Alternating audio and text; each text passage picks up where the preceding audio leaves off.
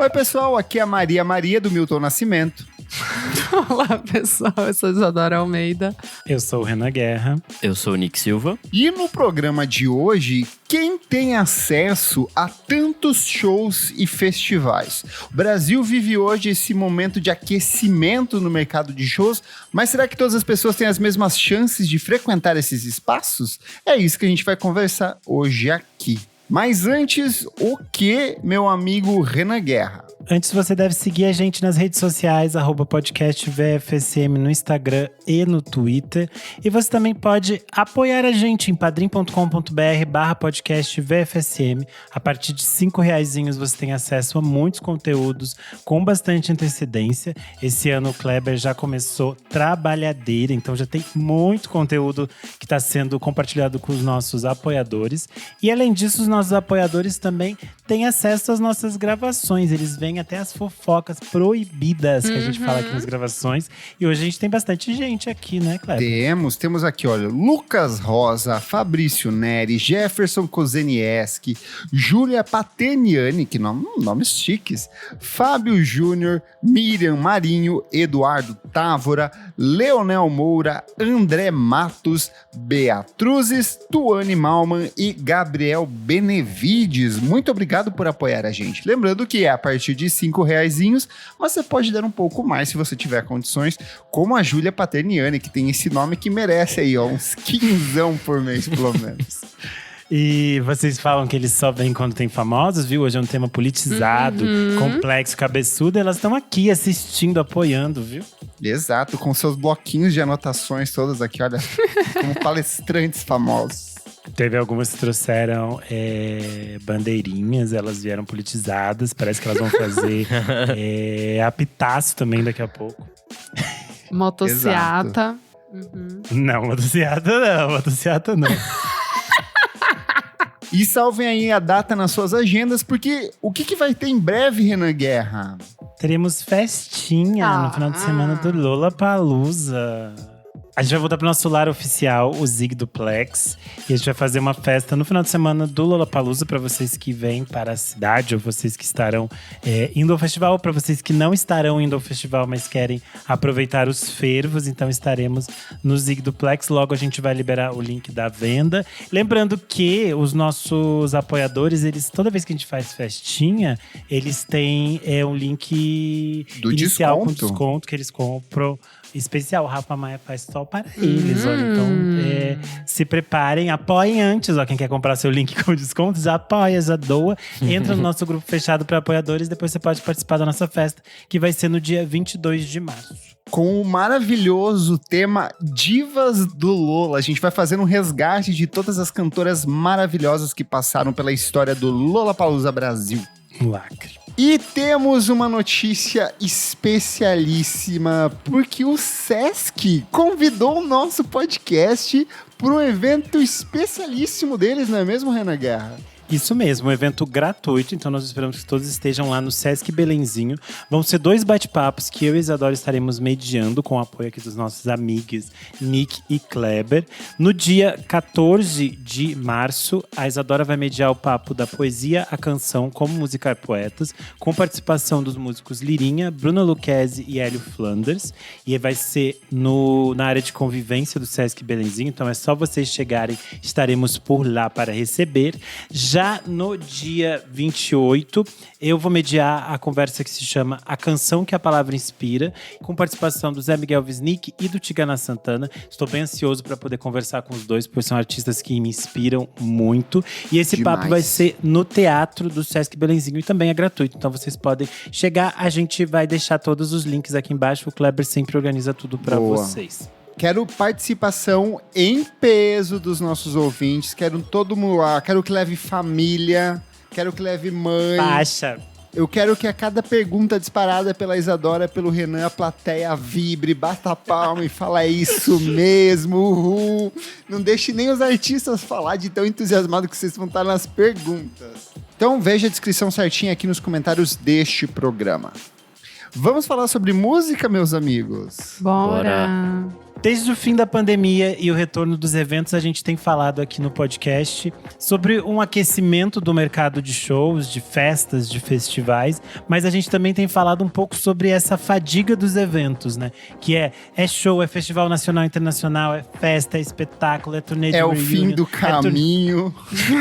é turnê de despedida, é turnê de estádio, é tudo ao mesmo tempo agora e tudo cada vez mais caro. Aqui mesmo no podcast Vamos Falar Sobre Música, a gente já falou sobre esse boom dos festivais. Exato. Lá no episódio 196, que a gente discutiu a nova onda dos festivais brasileiros e como eles estão adentrando para o interior do país, o que é algo muito positivo. Sim. Mas, ao mesmo tempo, a gente fica se questionando como que a gente vai ter dinheiro para pagar tudo isso. Até porque os preços dos festivais e dos shows estão cada vez mais caros, que é uma coisa meio que natural, que a gente entende de economia, né, Miriam Leitão? Preço de inflação, todas essas questões, somos muito entendidas. Mentira, não somos nada. Por isso mesmo a gente trouxe aqui uma comparação que eu acho que é interessante só pra gente ter um cenário desse universo. Em 2011, quando o Lollapalooza chegou ao Brasil, o Lollapass, o primeiro lote, custava R$500 pra Que era você pras ir todos passivas. os dias. E o ingresso único por dia saía por R$300 ou Gente, R$150 a meia entrada. Outra vida, nem show hoje em dia custa isso. Nem show brasileiro quase tá custando Nem isso. uma Mamba Negra mais tá custando isso. E aí agora, em 2024, os preços do Lola Day variam entre R$500 a R$1.770, o que esse valor alto aqui dá mais do que o salário mínimo. Já o Lollapass varia de R$1.125 até R$5.100. Então é Meu tipo Deus. um valor bastante absurdo, assim. E eu acho que, óbvio que aqui a gente está comparando com um bom espaço de tempo, Sim. mas é interessante a gente pensar também, por exemplo, no caso do show da Taylor Swift, que foi, eu acho que um show que movimentou a economia brasileira e movimentou muitas discussões sobre o tipo de evento que a gente está produzindo e várias questões relacionadas a isso. E é interessante pensar aqui os preços dos ingressos para shows internacionais no Allianz Parque, que é o exemplo aqui em que o show da Taylor Swift foi feito em São Paulo, subiu em média 37% de 4 anos para cá. Segundo dados aqui apurados pela revista Valor Invest, em matéria da Beatriz Pacheco e da Carla Matsue, quando a vinda de Taylor Swift ao Brasil foi anunciada pela Time for Fun ainda em outubro de 2019, os ingressos para os shows da cantora, que aconteceriam em 2020 em São Paulo, tinham valores entre R$150 a meia entrada e R$850 a entrada inteira da pista premium. A agenda foi cancelada em função da pandemia e quando o evento voltou a acontecer em novembro de 2023, os ingressos aqui na capital de São Paulo tinham saltado para um valor entre R$190 a meia entrada e R$1.050 a entrada inteira da pista premium. E aí, lembrando que esse 190 aqui da meia entrada era naquelas áreas mais distantes e com uma visão mais prejudicada do palco. Quanto melhor a visão, mais próximo de palco, mais caro vai ficando o ingresso, né? Sim, quem pôde ver a corcunda dela pagou mais de R$1.000. Eu acho que é interessante pensar nessas questões de valores, e a gente teve um caso muito simbólico que aconteceu recentemente, que foi o caso da turnê do Eric Prydz no Brasil. Ele tem feito muitos shows, ele já... muitos shows, né? Ele, tipo, 7. Enfim. O Eric Prydz já veio para o Brasil anteriormente, em 2022, e ele tem toda uma estrutura técnica. Acho que se vocês já foram impactados pelos anúncios deles nas redes sociais, vocês podem ver que a estrutura do show e da apresentação é tipo um espetáculo mesmo do Eric Prydz. É bem gigantesca, é bem moderno e todo um babado. Só que sempre foi caro, já era caro quando ele veio em 2022, e esse ano os valores estavam muito caros. Essas produções de música eletrônica, de maneira geral, quando são voltadas para um público mais elitizado, elas já são mais caras. Esses grandes nomes do house, do techno, eles já são muito mais caros do que um show com banda normal, assim. Então, mas eu acho que é um pouco proposital também, para dividir bem o público e tipo, segmentar isso, assim. Exato. Sim, tem uma festa que eu não vou citar o nome aqui, que não importa, mas que era, tipo, acontecia num parque público aqui de São Paulo e que o ingresso era, tipo, R$400 pra você ficar, sei lá, 4 horas na festa, sabe? É meio absurdo. Mas é isso, nesses casos são coisas que são pensadas pra já diferenciar o público. É bem isso que o Nick falou. No caso desse evento do Eric Prides, que é o Hollow, que vai acontecer na Arca, agora em março, aqui em São Paulo, eles estavam com ingressos super caros, e aí o público questionou os valores desse ingresso, e num movimento que é muito único, que pelo menos eu não tinha visto acontecer por aqui, eles diminuíram o preço do ingresso. E aí eles fizeram um comunicado super interessante, falava assim: trazer um show com produção de ponta para o Brasil é sempre um desafio. Conciliar custos altos, remuneração justa para os colaboradores e um preço de ingresso acessível é uma equação complexa, nem sempre com resultados corretos. Nós, artistas, produtores e parceiros, ouvimos vocês e fizemos um pacto para viabilizar os ingressos para o Rolo Brasil 2024 com os mesmos preços de 2022. Você ainda pode parcelar a compra em 10 vezes. Enfim, eu acho que é um exemplo interessante, porque é um movimento que eles deram atenção ao que o público estava falando. Porque Sim. é uma questão que tem sido discutida por todo mundo que frequenta qualquer tipo de evento. E aí a gente está falando não só de festivais de músicas, mas eu acho que também de festas, teatro, museu, todas essas coisas. Acesso à cultura é uma questão muito importante que a gente tem falado após a pandemia, assim, né? A gente sempre fica batendo nas produtoras, nas organizadoras de shows aqui no Brasil. Isa, você quer trazer um pouco do ponto de vista de por que foi caro, comentar um pouco dessa questão da infraestrutura da tela, você que estava tecnicamente envolvida com tudo isso também? Amigo, o que eu posso trazer é que nesse caso específico do Eric Prydz é realmente, assim, como o Renan falou, é uma experiência super única. Então, assim, todo o rider, né, o rider técnico que ele demanda, assim, são coisas que não necessariamente tem aqui no Brasil, então tem que mandar vir e… Nossa, gente, é uma equação, assim, complicadíssima. Até de transporte, né? O que vem aéreo, o que vem de navio, o que vem de… Então, assim, é bem complicado. E no caso do Eric Prydz, assim, é realmente uma estrutura bem gigantesca para um show que não é tão grande se você for comparar com Lollapalooza, se for comparar com festivais… shows de áreas, de estádio. Então, assim, é uma experiência realmente única, assim. Que daí acaba ficando mais limitado. Até nessa questão de estrutura também, a gente pode comentar, por exemplo, a questão da Beyoncé, do fato dela não ter vindo pra cá com a turnê do Renaissance. Não foi simplesmente, não quero. É porque não vale a pena. É uma estrutura muito cara, uma estrutura muito grande. Então é muito mais fácil ela circular entre ali os países da Europa, que são tecnicamente mais próximos, e a turnê norte-americana também, do que deslocar todo o equipamento pra cá. Porque tem coisas que vêm de navio, tem coisas que vêm de avião, tem coisas que vêm de caminho. É feito um transporte, sei lá, com centenas de caminhões. Lembrando que a turnê da Taylor Swift nos Estados Unidos, ela pagou um bônus pros caminhoneiros que faziam os transportes. Um bônus, se não me engano, de $100 mil para cada um dos caminhoneiros ali. Então, assim, é muito difícil, porque quanto maior a estrutura, mais complexo o show. E aí, às vezes, a gente fica naquela coisa de… o artista, quando veio pra cá, veio num formato reduzido. E aí, a gente começa a falar… o que dá mas pra eles trazer, vão… né?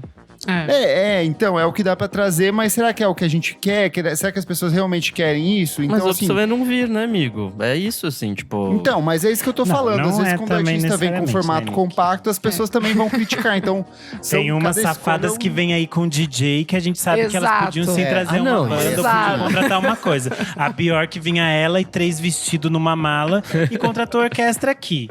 Que a pessoa quer organizar as coisas, dá pra fazer. É que a questão é que nesse cálculo que o Kleber tava falando, acho que entram várias coisas nessa equação. Então a gente tem a questão do dólar e das variações dessas moedas internacionais e como isso impacta. Porque o cachê desses artistas, quando a gente tá falando de artistas gringos, é um cachê em dólar. E aí fazer essas contas, essas transações é um caos. Passagens aéreas pro Brasil, a gente sabe caríssimas. O caos que é, o valor que é. Hoje em dia, se você pensar, uma ponte aérea entre São Paulo e Rio tá custando tipo R$5 mil de volta. Uma coisa um ponto importante absurdo. aqui, que eu acho que vale muito comentar, que às vezes as pessoas não levam isso em consideração. Vamos dizer, Beyoncé, quero um show seu aqui. Beleza, você acha que vai ver só quem? Ela, Blue Ivy e Jay-Z num jatinho? Não, ela vai trazer a cozinheira dela, uma equipe de, sei lá, 50 de seguranças. Ela vai trazer gente da família. E isso tudo entra no pacote de custos da produtora. Obviamente. Já virou CVC, né, Beyoncé? e não é classe econômica, é tudo primeira classe. Tudo executivo. Hotelzinho, que tá caríssimo. O renascense delas, né? Então, gente. Fora equipe de músico, equipe de luz, sabe, de toda a infra, assim, tipo, geralmente vem dela, assim. Então, sim. É gente que já tá envolvida nessa programação desses shows vir pra cá. Então, é de fato uma equipe muito gigante, assim.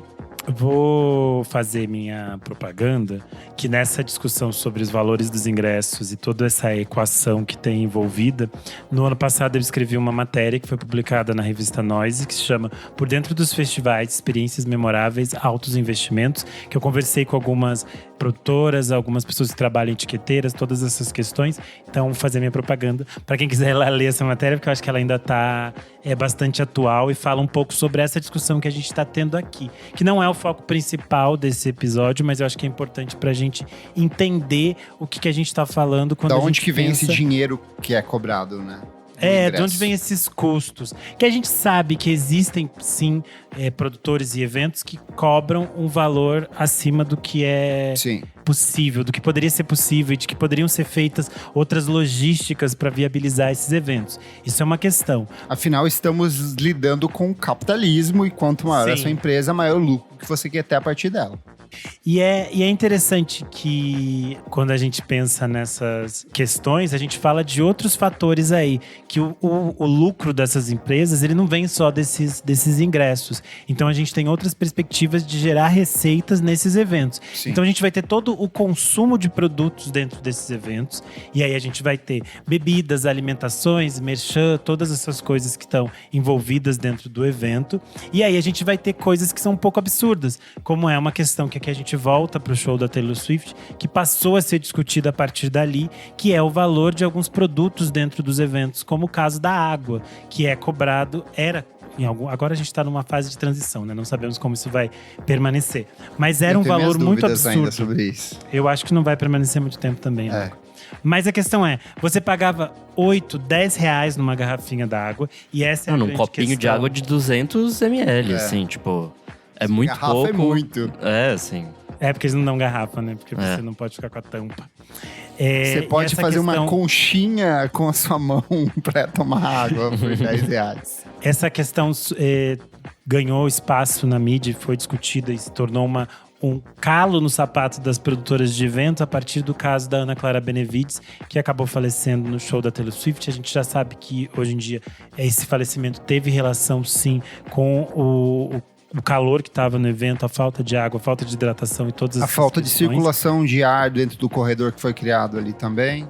Sim, e essas coisas acabaram impactando, não sei para vocês que estão nos ouvindo, mas a gente que frequenta alguns festivais aqui em São Paulo, pelo menos, isso se modificou de alguma forma. A gente foi em vários festivais de lá para cá que tinham água sendo distribuída repetidamente, tinham espaços que você poderia retirar a água. Então, por exemplo, no caso do Primavera Sound, a gente tinha água em todos os espaços, a gente pegava água gratuitamente, o que foi o mínimo possível, porque era um calor insuportável. Mas esse é um tipo de questão que a gente também pensa. Quando a pessoa está num festival de música, por exemplo, que você vai ficar lá, você vai pro festival 2, 3 dias, você fica às vezes até 12 horas dentro do evento, sim, e aí você vai ver o preço dos alimentos. É muito caro. Às vezes você quer comer uma batata frita, 30 reais um negócio de batata frita. São preços, assim, muito inflacionados. E eu acho que isso também é uma outra questão, que às vezes você tem o acesso de conseguir entrar no show, mas aí você passa esse perrengue de tipo, eu não tenho dinheiro para consumir aqui dentro, né? Tem um ponto que a gente falou aqui bastante sobre os ingressos, sei lá, o preço do ingresso no Allianz subiu 37% no intervalo de 4 anos. Os preços de todos os shows subiram. A gente teve a pandemia, que encareceu tudo. A gente passou por uma crise global, com guerra e tudo mais, encareceu tudo. A minha questão nisso tudo é que a experiência ela não melhorou. Pelo contrário, eu sinto que a experiência no mercado de shows, principalmente aqui no Brasil, ela piorou. Parece que assim, a gente paga pra ser humilhado na maior parte das vezes. E aí eu tô falando isso de um ponto de vista em que a maioria dos festivais que nós 4 aqui vamos, a gente vai pra trabalhar, a gente vai para fazer a cobertura. E dentro da área de cobertura já é um inferno pra você conseguir chegar até o lugar, pra você conseguir entrar, pra você circular. Não tem água, não tem comida direito em boa parte dos eventos que a gente vai. E aí você pega pro público geral e isso potencializa 5, 10 vezes mais. É muito mais caro. E aí eu fico pensando muito assim, eu vinha para São Paulo pros shows, eu vinha do interior. Então assim, são, sei lá, 8 horas de viagem até chegar em São Paulo. Aí você chega no meio do... Pra gente que vive aqui, é fácil eu calcular de qual terminal que eu vou, para qual lugar que eu vou. E aí vem uma pessoa de fora, ela tem que pensar em hospedagem, ela tem que pensar em alimentação, ela vai pensar em como que ela vai se deslocar aqui dentro, ela tem que andar sempre com o máximo de cuidado para não perder às vezes o celular, porque a única forma de comunicação que ela tem dentro de uma cidade de 10 milhões de habitantes como São Paulo é o celular. E aí ela vai para esse lugar, ninguém sabe, as pessoas que estão lá dentro são terceirizados por terceiros que não sabem te dar direcional de nada, pra onde você vai, o que eu faço, como que eu faço pra ter a minha... Isso quando a gente não fala dos eventos que a gente repetidas vezes já viu notícias de uso de trabalho de mão de obra praticamente escravizada, né? Exato, que são pessoas que também estão numa condição totalmente insalubre lá. E aí eu acho que o grande agravante disso tudo, porque daí vem sempre aqueles babacas que falam assim, foi porque quis. Mas aí a gente tem que pensar que música é uma coisa que mexe diretamente com a emoção das pessoas. A gente gosta de música porque é uma coisa que toca, uma coisa que emociona. Então as pessoas acabam meio que se sujeitando a passar por certas coisas que são terríveis para poder ter, sei lá, 1h30 de show daquele artista favorito dela. Isso quando um babaca da vida como um Drake, por exemplo, não cancela de última hora e desestabiliza toda a organização que aquela pessoa criou em cima disso, sabe? Então eu acho que é uma situação muito delicada e eu não acho que as pessoas têm que ir pra... E aí vem algumas pessoas e falam assim, mas eu fui no Rock in Rio 1 em 1985 e era assim, e era lama, e era um caos, mas as boas memórias ficam... Cara, não é porque você teve uma experiência merda que as pessoas têm que ter a mesma experiência merda sempre. Eu acho que a partir do momento que as pessoas estão pagando, isso é um serviço e isso tem que ser justo para as pessoas que estão pagando ali. Então eu acho que é muito complexa essa discussão, essa avaliação de tudo aquilo que as pessoas passam para poder desfrutar de um momento que deveria ser um momento alegre. A morte da Ana Clara Benevides, para mim, é muito triste, porque era uma menina que tava indo...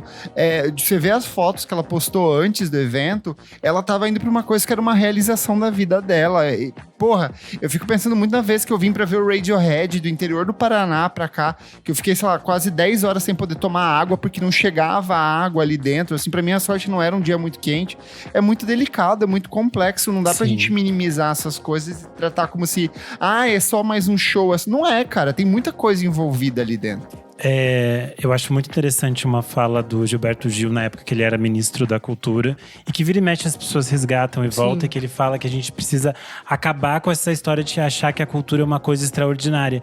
E a cultura é ordinária, ela deveria fazer parte das pessoas. Ele diz que a cultura é igual feijão com arroz, a necessidade básica tem que estar na mesa, tem que estar na cesta básica de todo mundo. Eu acho que essa é a discussão principal desse episódio, que a gente entende que a cultura é uma parte fundamental da vida das pessoas, é algo que traz algum tipo de magia e de nuance, de poder olhar o mundo de outras formas e de poder vivenciar experiências de outras formas.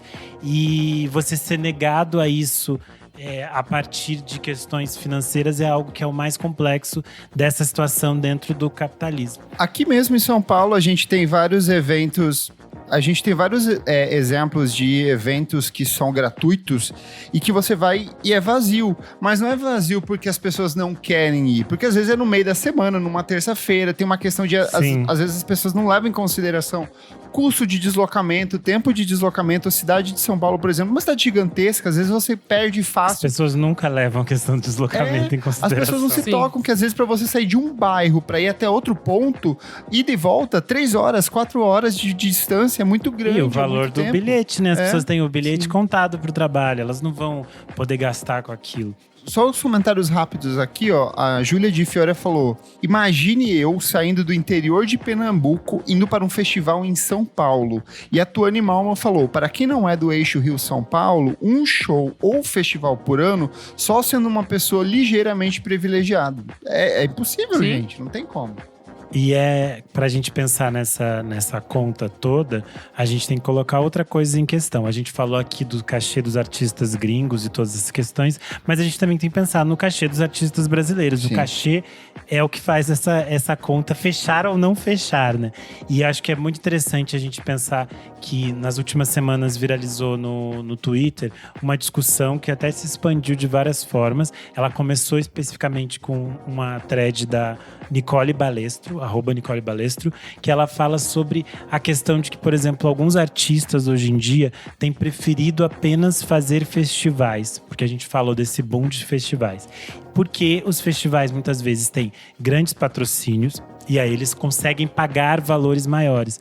Mas ao mesmo tempo, alguns desses artistas que estão presentes em todos os festivais, e a gente já citou, já discutiu essa questão de que alguns artistas se repetem muito em muitos festivais, ao mesmo tempo eles não conseguem encher casas de shows de forma sozinha, num show só deles. Luísa Sonza. Eles não Nossa, eu tô com uma gripe hoje, gente. Fala desejo. Eles não conseguem encher uma casa de show, eles não conseguem fazer uma turnê pelo interior do Brasil. É muito interessante que a gente vê uma coisa que é cada vez mais comum, que é você pode ter uma alta demanda na internet, você pode ter um grande número de seguidores, e isso não se reflete em público. Que também tem o rolê que inflar número em streaming é teoricamente fácil, né? Tipo, qualquer farmzinha Sim. aí você infla número tranquilamente. Agora, criar público de fato pagante é outra coisa Base, né? completamente diferente. É que a gente fala também da questão do artista. Eu acho que às vezes não é nem questão do inflacionar, Nick, porque a gente tem alguns artistas que são muito grandes dentro do meio publicitário, às vezes maior até do que na própria carreira artística como músico. Sim. Um exemplo que eu acho de alguém que equilibra muito isso é a Duda Beat, por exemplo. Ela é uma artista muito grande no meio musical. Grande, assim, num sentido… Ela tem um público que engaja e vai. Exato. Paga o ingresso. Ela não é uma Anitta. Sim. Anitta, por exemplo, é uma coisa estratosférica. Mas ela também… Eu acho que o grosso do investimento dela vem de parceria publicitária com marca e outras coisas do afim, entendeu? Então, mas às vezes a gente tem alguns artistas que são muito maiores nas redes sociais por conta dessa E relação não vende ingresso. Exato, não sustenta uma casa de show com um show solo, por exemplo. Depende de fazer turnê com outros artistas para conseguir fechar um pacotinho ali naquela noite. Sim. E é interessante a gente pensar nessa estrutura de que alguns artistas simplesmente não têm esses contatos XYZ para estar nesses festivais. E eles ficam sempre à margem dessas questões. E acho que isso é interessante a gente trazer aqui, que é uma discussão que a gente tateou e apontou no episódio 248, que a gente fala sobre a importância das pequenas casas de shows, que fala sobre essa perspectiva de circulação dos artistas pelo país e de como eles podem fazer shows em lugares menores ou como eles podem circular pelo interior do país, que é algo muito importante. Mas quando a gente fala nessa questão de demanda de shows, enche ou não um show, como poder circular pelo país de outras formas, eu acho que a gente pode pensar também que circular pelo Brasil é sempre uma complexidade. A gente já falou isso em outros episódios. O Brasil é muito imenso, a gente tem áreas que têm diferentes culturas, diferentes consumos, diferentes formas de lidar com a música. E eu acho que um exemplo interessante do que tem sido feito agora é que são alguns artistas criam um evento em torno do seu show. Sim. Que é o caso, por exemplo, do Numanice, da Ludmilla, e do Tardezinha, do Thiaguinho. São dois exemplos interessantes, porque eles criam uma estrutura muito ampla. E é curioso também, porque os valores também passam a ser discutidos. Porque, por exemplo, o show da Ludmilla é uma estrutura fodida, muito grande. E o ingresso, as pessoas sempre…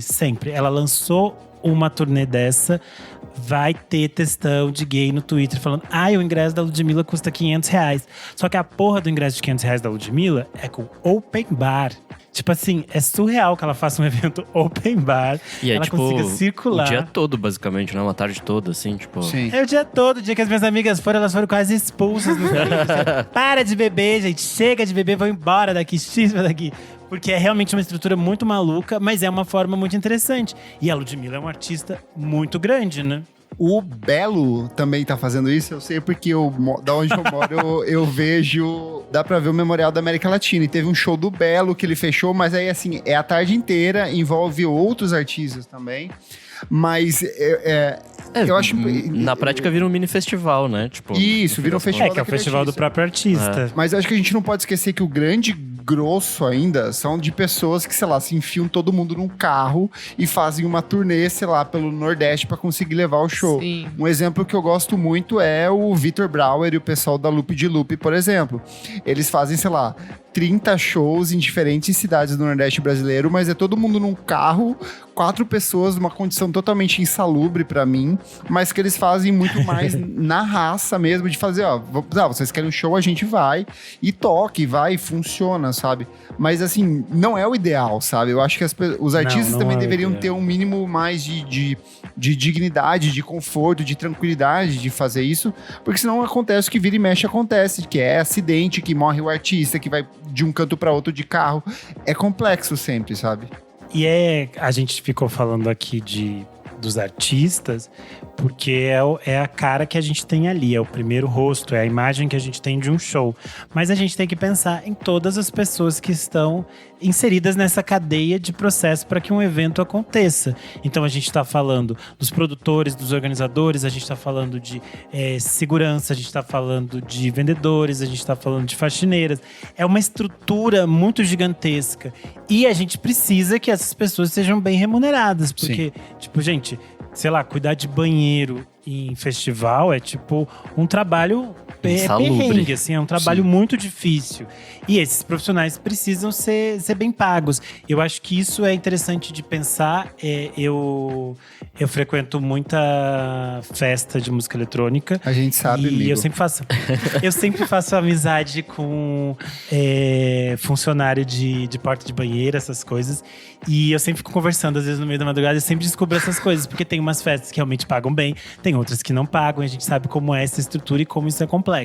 E aí eu trouxe um exemplo muito interessante, que é uma nova festa que tem acontecido aqui em São Paulo, que é a Nova Fair. É uma festa focada em house music, eles já estão na 3ª edição. A edição agora de carnaval foi na Rosas de Ouro, durou tipo 14 horas. Nossa. Eles trouxeram, Uou. todas as edições eles trouxeram artistas gringos, eles já Nem trouxeram tem 14 horas num dia. a Lady Chaka, eles trouxeram o Mike Key, agora eles trouxeram um duo chileno nessa última edição. E o mais interessante da Nova Fair é que, além dos DJs, por ser uma festa de house, ter uma relação muito forte com a comunidade LGBTQIA+, eles têm muitas performers. Então eles têm muitas drag queens, tem pessoal da cena ballroom, e essas pessoas se apresentam durante o evento. E aí, obviamente, eu, fofoqueira, no último evento eu encontrei uma amiga que estava performando e eu perguntei: você tá recebendo bem? É bom aqui? Eles pagam bem? Ela falou: amigo, pagam muito bem, eu tô muito feliz. E aí, por isso, eu fui atrás dos meninos que produzem a festa, pra gente trazer eles aqui e entender um pouco de como foi essa produção e de como que é fazer essas contas fecharem. Porque, por exemplo, a Nova Fair de Carnaval, eu comprei o último lote de ingressos no dia, porque eu decidi no dia, e eu paguei R$30. O primeiro Isso é muito ingresso, surreal. R$10. Surreal. É surreal. Isso não é a taxa de conveniência. Nem no Sesc tá nesse. Não, o nem ingresso no no Sesc. Sesc tá 50, tipo a base agora. É muito interessante porque fecha as contas com outras coisas, que é esse consumo, essa relação lá dentro, todas essas outras coisas. Então a gente trouxe algumas falas aqui dos organizadores da Nova Fair, que vão contar pra gente como eles conseguem fechar essas contas. Oi, gente. Eu sou o Gabriel Lopes, sou um dos idealizadores da Nova Fair e diretor-geral da festa.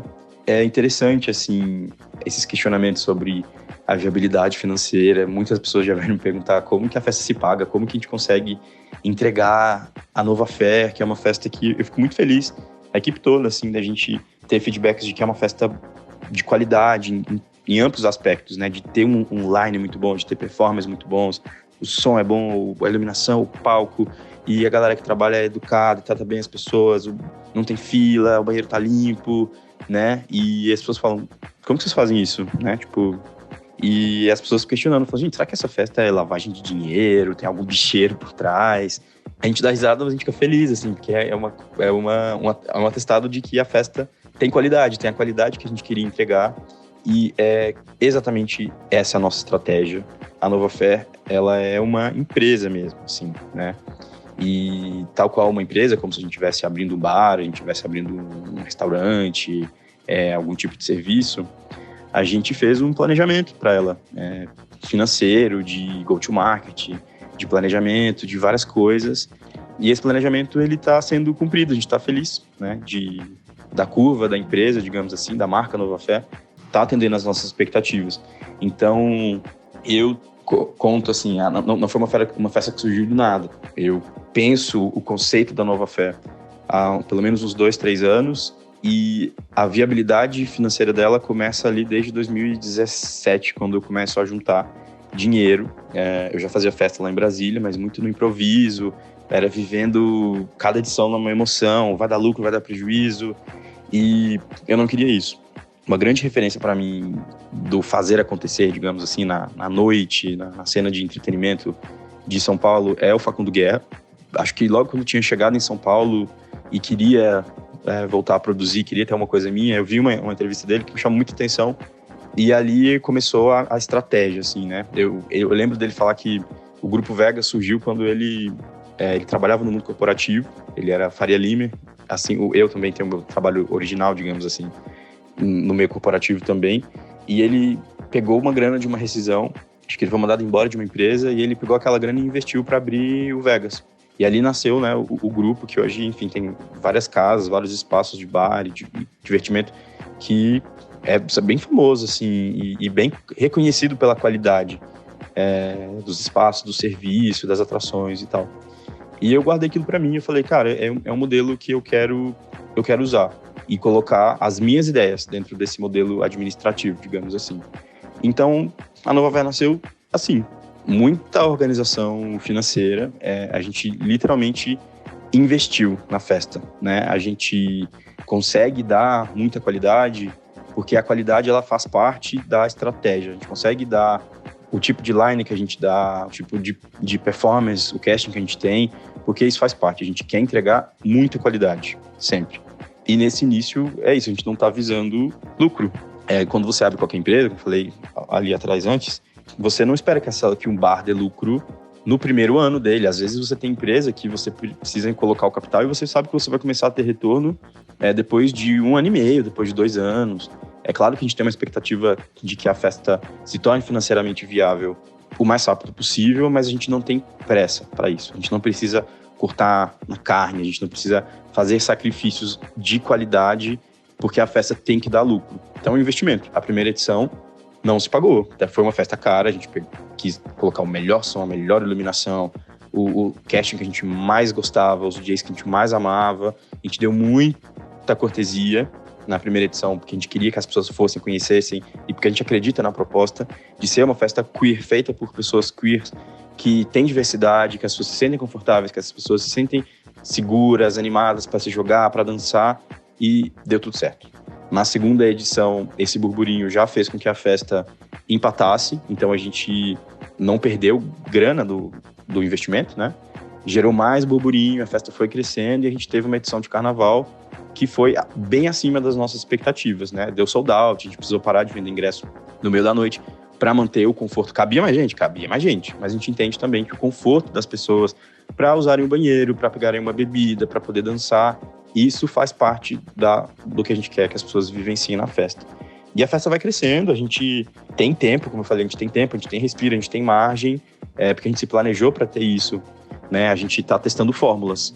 A gente já viu coisas, vamos trocar isso por isso, vamos tentar mexer aqui nisso do horário, vamos ver essa questão aqui do bar, vamos ajeitar um pouquinho aqui a cortesia, e a gente vai ajustando para que a gente consiga fazer com que a festa se mantenha acessível, mas que ela também se torne financeiramente viável, né? Então a gente tem essas fórmulas que a gente está testando, a gente gosta muito do ingresso escalonado, então a gente abre com um ingresso muito barato e depois a gente vai subindo, não a ponto dele ficar muito caro, mas um ingresso que termina sendo menos acessível ali no final, e a gente fala que é meio que uma bilheteria solidária, então quem comprou no final acaba ajudando a gente a ter condições de fornecer esse lote mais do início, as pessoas já sabem, já se programam para comprar logo do começo, quem tá mais apertado, e isso vai indo. E aí uma coisa, para finalizar, que é muito importante, a gente educar o público também, porque as pessoas têm um péssimo hábito de achar que o rolê, ele é de graça, né? Que não teve um custo para colocar aquela estrutura em pé.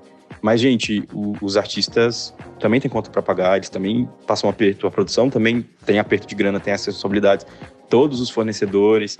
Então, a gente também educa muito o público sobre lista. A gente é muito restrito à lista, né? A gente tem a lista TNB, que sempre teve, sempre vai ter, um compromisso nosso do que a gente acredita, é importante. Mas várias pessoas, vários amigos, por exemplo, no carnaval, amigo, você consegue colocar o meu nome na cortesia? Falando assim, cara, é R$10 o ingresso, sabe? R$30 o ingresso no terceiro lote. Vamos lá, tipo, apoia a gente também. Vamos, uma mão lava a outra. E as pessoas estão entendendo isso, né? A gente tá se esforçando, quebrando a cabeça para ser um rolê bom e barato. E então as pessoas têm que topar pagar esse barato pra mágica acontecer, pra coisa dar certo. Então é isso. Obrigado, gente. Um beijo e valeu! Eu acho legal esse tipo de iniciativa. Para mim, ela é um futuro possível, mas eu acho que ela está diretamente atrelada à mentalidade dos realizadores. Sim. Então, total. eu acho que são pessoas que têm uma perspectiva de sociedade, de negritude, de sexualidade, que são pessoas que vão pensar em acesso desde o início da formação. Quando a gente vai para qualquer evento grande, ela vai bater na questão do lucro, na questão do capitalismo e como que eu vou lucrar o máximo possível em cima disso. Então, pode-se criar meios para tornar acessível a entrada nesse festival. Eu posso utilizar da estética e da imagem de alguns artistas específicos em palcos específicos para poder falar, olha, eu dialogo com pretos, eu dialogo com membros da comunidade LGBTQIA+, mas no fim das contas, o que vai fechar a conta, o que vai dar o lucro para essa pessoa são os grandes headliners, são os artistas que vão levar esse grosso do público. E aí, meu amigo, não tem como. É ingresso lá em cima e não tem o que fazer. Eu não vejo perspectiva de um mercado acessível pensando numa lógica capitalista. Eu acho que está diretamente atrelado com pessoas que já vêm desse cenário de desconstrução cultural e de fornecer acesso para outras pessoas. Disso que o Kleber falou, eu acho que é muito interessante a gente pensar que é a questão de que depende dos produtores que estão envolvidos, dos interesses deles e do que eles estão interessados em fazer. E aí eu acho que o outro exemplo que a gente tem aqui é muito claro disso, que é o caso da Baticu. A gente já falou aqui algumas vezes da Baticu, ela nasceu como uma festa focada na população negra e LGBTQIA+, e hoje em dia ela se desdobra em um espaço de formação cultural. Eles têm a Casa Baticu em Salvador e eles realizam também um festival, que eu já fui na primeira edição, e eu acho que o Festival da Baticu é muito interessante porque, assim como a festa, eles têm uma preocupação de não só ter o acesso do público ao evento, mas eles têm uma preocupação também com o consumo das pessoas lá dentro. Então, a cerveja, o preço da cerveja nos eventos da Baticu é sempre mais barato do que nos outros eventos. Óbvio, eles têm um trabalho de buscar o patrocínio para conseguir ter o subsídio para fazer essa cerveja mais barata. Eles têm todo um trabalho que visa criar esse espaço de acolhimento que as pessoas possam conviver de forma mais tranquila lá dentro. Então, acho que é muito interessante pensar como também eles fazem para fechar essas contas e conseguem colocar esses eventos na rua, porque são eventos muito grandes. Eles agora também têm o bloco da Baticu aqui em São Paulo. Eles estavam realizando vários tipos de festas em Salvador. Eles realizaram alguns afters de carnaval, algumas coisas gratuitas. Então é muito interessante. E por isso eu conversei com o Arthur Santoro, que é um dos criadores e idealizadores da Baticu. Hoje em dia ele é um dos principais responsáveis por essas movimentações da Baticu. E ele conta pra gente um pouco mais como que é esse processo de fechar as contas da Baticu, criar ingressos acessíveis e ainda fazer com que todo mundo seja bem pago por esse trabalho que está sendo realizado. E aí, ouvintes do Vamos Falar Sobre Música. O meu nome é Arthur Santoro, eu sou agitador cultural, cientista social e sócio da Baticu, e hoje eu vim falar sobre música. A Baticu começou como uma festa em Salvador que cobrava R$10 a entrada. Com o passar do tempo, a gente foi percebendo aí que para crescer e para conseguir também oferecer uma melhor experiência, uma qualidade de experiência para o público, a gente também precisava aí aumentar né, o valor do ingresso, para além, né, de inflação, aumento do preço dos fornecedores, que a gente, né, enfim, principalmente aí no pós-pandemia a gente foi percebendo, mas a gente sempre aí tenta manter os ingressos de 15 a 50 reais no máximo, porque é um ingresso que a gente entende, né, como uma possibilidade de ampliar o acesso a produções, a festas, né, a um público majoritariamente preto, que é o público da Baticu. Mas não é fácil, na realidade, é sempre uma dor de cabeça, é sempre uma grande balança, né, para conseguir entender da onde a gente pode realocar as verbas ou, né, captar aí a partir de marcas para conseguir fazer o rolê acontecer. Eu, hoje em dia, né, já tendo aí uma trajetória um pouco trabalhando com marcas, com patrocínios, eu digo que não dá para depender de marca e de marketing, porque, querendo ou não, marcas são feitas de pessoas e, por exemplo, se a pessoa que a ponte de contato na marca sai daquela marca, né, pede demissão ou é demitida, muitas vezes você tem que começar o contato do começo, quando você vai, né, fazer uma renovação de contrato. Então é um caminho aí tortuoso e que muitas vezes acaba não valendo a pena. A gente tem cada vez mais tentado trabalhar com o setor público, né? O Brasil de Lula aí tá chegando, tenho fé, mas é ainda um grande desafio pra gente. Conseguir, ao mesmo tempo, garantir uma experiência boa, premium, né, legal pro público, e ainda assim conseguir manter os ingressos num valor barato. Basicamente, a forma como a gente calcula para conseguir balizar os preços aí dos nossos eventos, tanto de ingresso quanto de bar, a gente desenvolveu, né, uma planilha própria que a gente, né, desenvolveu ao decorrer dos anos para entender alguns pontos que são centrais para a gente. Então, a gente faz um cálculo em que a gente considera o número de pessoas, o número de pessoas pagantes, versus o quanto a gente tem de histórico também, que o público daquela cidade em que a gente está fazendo evento consome. Então a gente utiliza um pouco dos nossos dados que a gente tem de históricos de eventos para principalmente balizando. Vale falar também que a nossa principal estratégia, né, para conseguir, por exemplo, melhorar os preços de bar foi a partir de bonificações de marcas. Só que, nesse momento que eu gravo esse áudio atualmente, a gente está sem nenhum patrocínio de marcas. Então, apesar de já ter sido, né, um movimento que a gente realizou, porque hoje em dia, né, é muito mais fácil você conseguir a bonificação do que conseguir algum dinheiro, alguma verba, né, em dinheiro, em verba de marketing, é um caminho que também nem sempre é constante, nem sempre é garantido. Enfim, acho que quem trabalha com isso sabe um pouco os desafios também nesse trato com marcas. Atualmente, a Baticu tem 3 listas de gratuidade, que são a lista Transfree, que eu acho que é a lista mais conhecida, né, voltada a pessoas transvestis gêneros, garantindo gratuidade, né, no acesso às festas da Baticu. A gente tem também uma lista de gratuidade PCD, para cada vez mais também ampliar e possibilitar o acesso às populações.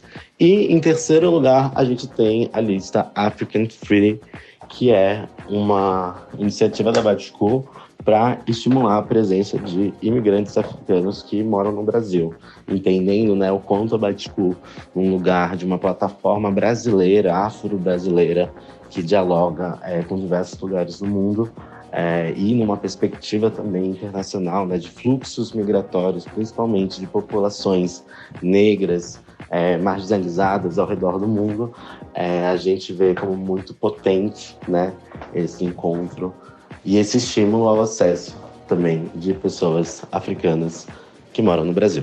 Vale falar que essas políticas de gratuidade a gente não vê como algo, nossa, a gente está salvando, resolvendo o problema, porque, né, querendo ou não, dar o ingresso é só uma das coisas, é só o mínimo, né, se for para pensar. Porque a gente sabe que tem, né, o transporte até o evento, a gente sabe que tem a bebida no bar é paga. Então é um estímulo e ao mesmo tempo também eu acho que quando a gente faz essas listas aí também, a gente divulga essas listas, eu acho que a gente também influencia outros eventos a adotarem também esses tipos de política e ao mesmo tempo a gente também aponta para o público da Baticu o quanto é necessário a gente começar a perceber e começar a incentivar que essas pessoas que muitas vezes não têm acesso a esse tipo de evento estejam presentes também, se divertindo e conseguindo acessar o lazer e acessar esses espaços culturais. Para finalizar, depois desse textão, eu acho que é muito importante entender o quanto debater políticas de acesso, debater sobre essa questão de que, de fato, houve uma inflação nos eventos, não apenas para o público, mas para os próprios produtores culturais. Quem aí está acostumado a ver planilha sabe o quanto os fornecedores, os cachês artísticos, enfim, todas as linhas da planilha, algumas duplicaram, outras triplicaram, porque a gente está no backstage e muitas vezes está fazendo esse malabarismo para tentar fazer a peteca não cair de um setor de eventos, de entretenimento, que a gente sabe que ainda não se reergueu pós-pandemia. A gente foi o primeiro setor a parar e o último a retornar, e ainda aí o Brasil de Lula ainda está faltando chegar um pouco aí dos eventos, mas vai chegar, eu tenho fé. Mas é isso, essa era a contribuição que eu queria deixar mesmo, sobre a importância de realmente saber o quanto a redação, o quanto o marketing, o RP, a estratégia que você constrói, aonde você divulga o seu evento, acaba traçando o perfil do público que acessa ele. E cultura é um direito, então pensar a acessibilidade, pensar a possibilidade de ampliar o público e o perfil do público é necessário para qualquer pessoa aí que quer se jogar no mercado de cultura. Obrigado pelo convite. E é isso, galera. Quando a gente pensa aqui nessa discussão que a gente está tendo sobre acesso à cultura, a gente sabe que existem já algumas políticas públicas que, querendo ou não, acho que são meios muito fundamentais para que a gente tenha acesso à cultura. Quando a gente pensa em eventos públicos, eventos que têm subsídio público, essas coisas são muito importantes e, querendo ou não, a gente volta àquilo que eu trouxe do Gilberto Gil, cultura deveria ser uma coisa de acesso básico à população. Então, acho que isso é muito importante. E no Brasil, a gente tem uma política que é muito fundamental, que é a meia entrada. Eu acho que é, talvez, a principal política de acesso à cultura no Brasil, e é uma das mais importantes e que tem um impacto muito forte no acesso. Então a gente tem a meia entrada, que ela dá o acesso a estudantes, a jovens de baixa renda, a professores, a doadores de sangue e de medula. Então a gente tem diferentes formas de meia entrada que você paga metade do ingresso e consegue ter acesso a esse evento. A meia entrada também é uma questão de debate, porque muitas vezes todo esse discurso liberal de gente que é contra o impacto do Estado nas coisas diz que seria culpa da meia entrada que os ingressos estariam caros. Bullshit. É a mesma história de vamos começar a cobrar as malas no avião, porque aí vai ser mais barato. Aí no fim você tá pagando mais caro pelos dois. Paga a os mesma dois. bosta. Pra mim, a meia entrada é uma prova de que os eventos eles poderiam funcionar com o valor da meia entrada, mas eles só não funcionam porque as pessoas não querem. Ela falou, ela blou. Quero me meter nessa polêmica. É a maior constatação, eu sou apresentadora. Pra fazer. Eu tô aqui, só jogando um outro caso interessante, que eu acho que esse da meia entrada que o Kleber trouxe, é que alguns eventos têm investido cada vez mais no ingresso social. Porque a gente sabe que os eventos, além dessa questão de ter margem de lucro, eles também tentam manter uma imagem política bem feita. Então a gente tem cada vez mais os eventos preocupados, por exemplo, questões de sustentabilidade. Então a gente vê ações para diminuir o impacto ambiental dos eventos, todas essas questões. E eles também tentam manter essa imagem de um impacto social positivo, que é cada vez mais importante e simbólico. Então acho que o caso do ingresso social está relacionado a isso. Como funciona o ingresso social, para explicar para quem não sabe essa política, é basicamente o valor que você pagaria no ingresso cheio é compensado quando você faz alguma doação. Então pode ser um alimento, pode ser uma doação para alguma entidade que a empresa está ajudando, pode ser, às vezes, até outras questões. Por exemplo, a gente citou aqui o Numanice, a Ludmilla fez uma campanha para que as pessoas que fossem no Numanice doassem sangue e algumas pessoas iam ganhar ingressos. Na prática não pode fazer essa coisa de troca direta de ingresso por uma doação de sangue, mas ela fez lá um bem bolado com o Hemocentro do Rio. E foi, tipo, uma campanha absurda, que foi muito legal, porque, tipo, a quantidade de sangue que foi doado naquela semana foi, tipo assim, um bafo. O ingresso social não gera algum tipo de desconto, algum tipo de benefício, abatimento fiscal ou coisa do tipo? Então, amigo, pela minha experiência própria, gente, se tiver alguém aí que possa falar, né, mas alguém do até jurídico. onde… alguém mas do até jurídico onde que ouve eu… a gente aí. Exato, mas até onde eu sei, não tem nenhum tipo de desconto ou bonificação que vai estar atrelado. É realmente uma campanha social mesmo que as empresas tentam fazer. E até para poder realmente, tipo, o valor do ingresso se… Como posso dizer? Como existe meia entrada, e geralmente é uma porcentagem, né? Você não vende tudo de meia entrada. Então é uma oportunidade de você ter um ingresso também que é mais barato. Ele não pode ser 50%, ele tem que ser um pouco menos de 50%, porque 50% tá atrelado às meias, né? Obrigatórias. Sim. Então o ingresso social entra nesse lugar assim que ajuda as promotoras e produtoras a venderem mais ingresso. E tem até alguns desdobramentos diferentes, que eu lembro, por exemplo, na época do Popload, o ingresso social, ele repercutia em algumas ações práticas. Então você tinha que era muito legal. um dia era bem legal limpando um eixo de rio, um dia trabalhando com ONG de animais. Eu fiz isso pro show O Renan fez isso, não fez? Que você teve dengue, não teve? Eu fiz isso pro show do Wilco. Eu vim pra São Paulo sozinho, aí eu fui trabalhar numa ONG que ajudava cachorrinhos. A gente ficou trabalhando naquela época, tinha aquela nota social de São Paulo. Só que no dia do show eu tive… eu fiquei com a garganta inflamada, eu fiquei em casa, não quis nem ligar a TV. Meu Deus, Chateadíssimo. amigo. Triste. Meu Deus. Mas o Popload era muito legal. Eles faziam até um evento que era para as pessoas que faziam Isso, só verdade. os trabalhos Mas aí, de social. novo, também é muito atrelado ao artista, porque eu lembro que um que rolou foi com a PJ Harvey. Então, Sim. tecnicamente, o Com a artista Patti Smith e com o abre Wilco. mão do cachê e outras Sim. coisas do tipo em favor de Ele beneficiar embarca, a sociedade de alguma forma, né? Sim. Então, como a gente falou, acho que é uma questão muito mais de ESG das empresas e dos festivais. Até porque esse tipo de coisa ESG? cria… É quando a gente fala de ações sociais e governamentais que estão relacionadas à sustentabilidade, impacto ambiental, impacto social do evento. E aí eu acho que é muito Puxitagem interessante de liberal pensar… também um pouco, mas tudo bem, né?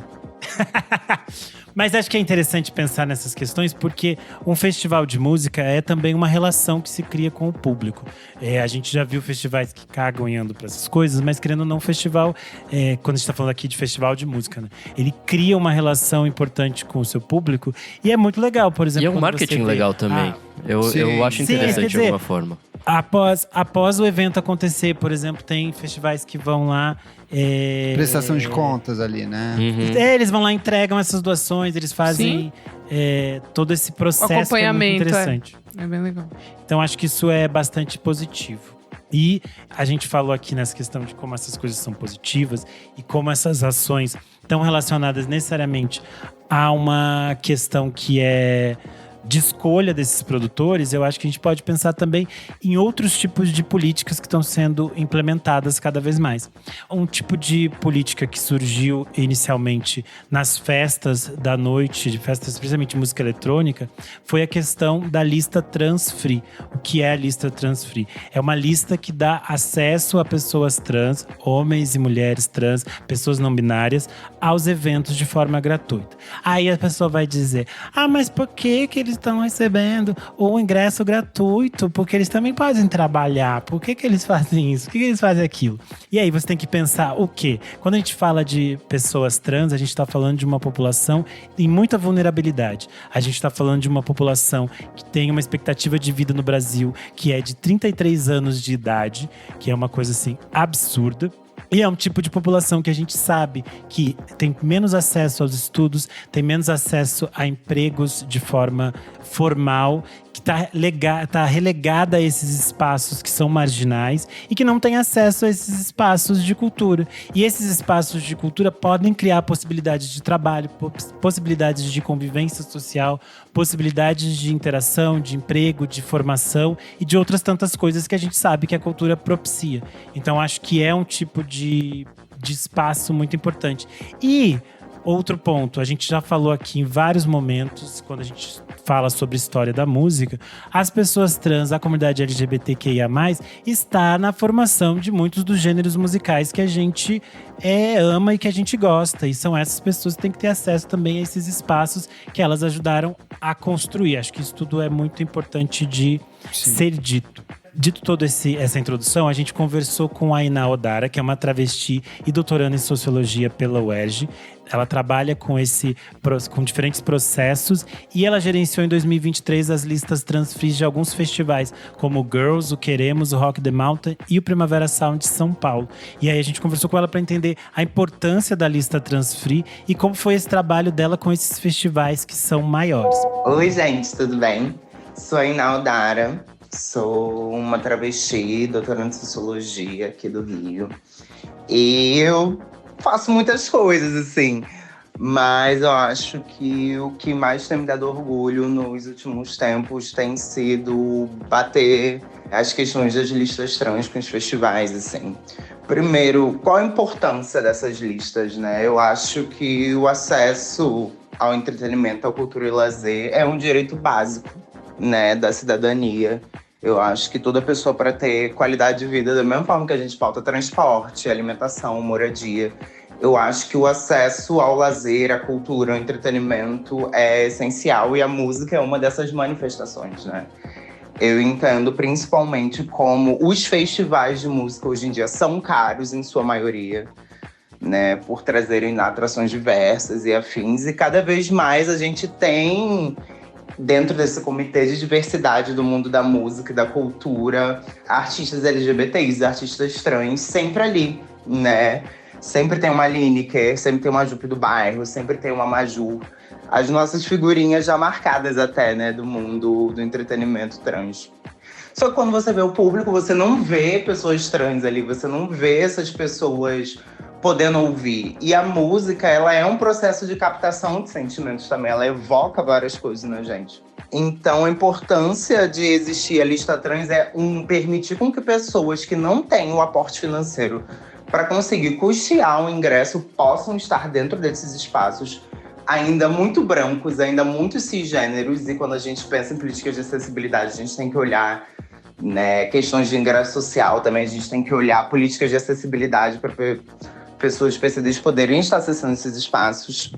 Eu tento bater a lista trans com os festivais, fico caçando e-mail, fico produzindo isso, né, a partir do meu e-mail corporativo, porque é isso, se alguém recebe o e-mail pessoal meu, ninguém vai ligar, mas eu trabalho por uma empresa, quando aparece lá o @minhaempresa.com.br, as pessoas não podem ligar ou olhar esse e-mail, né.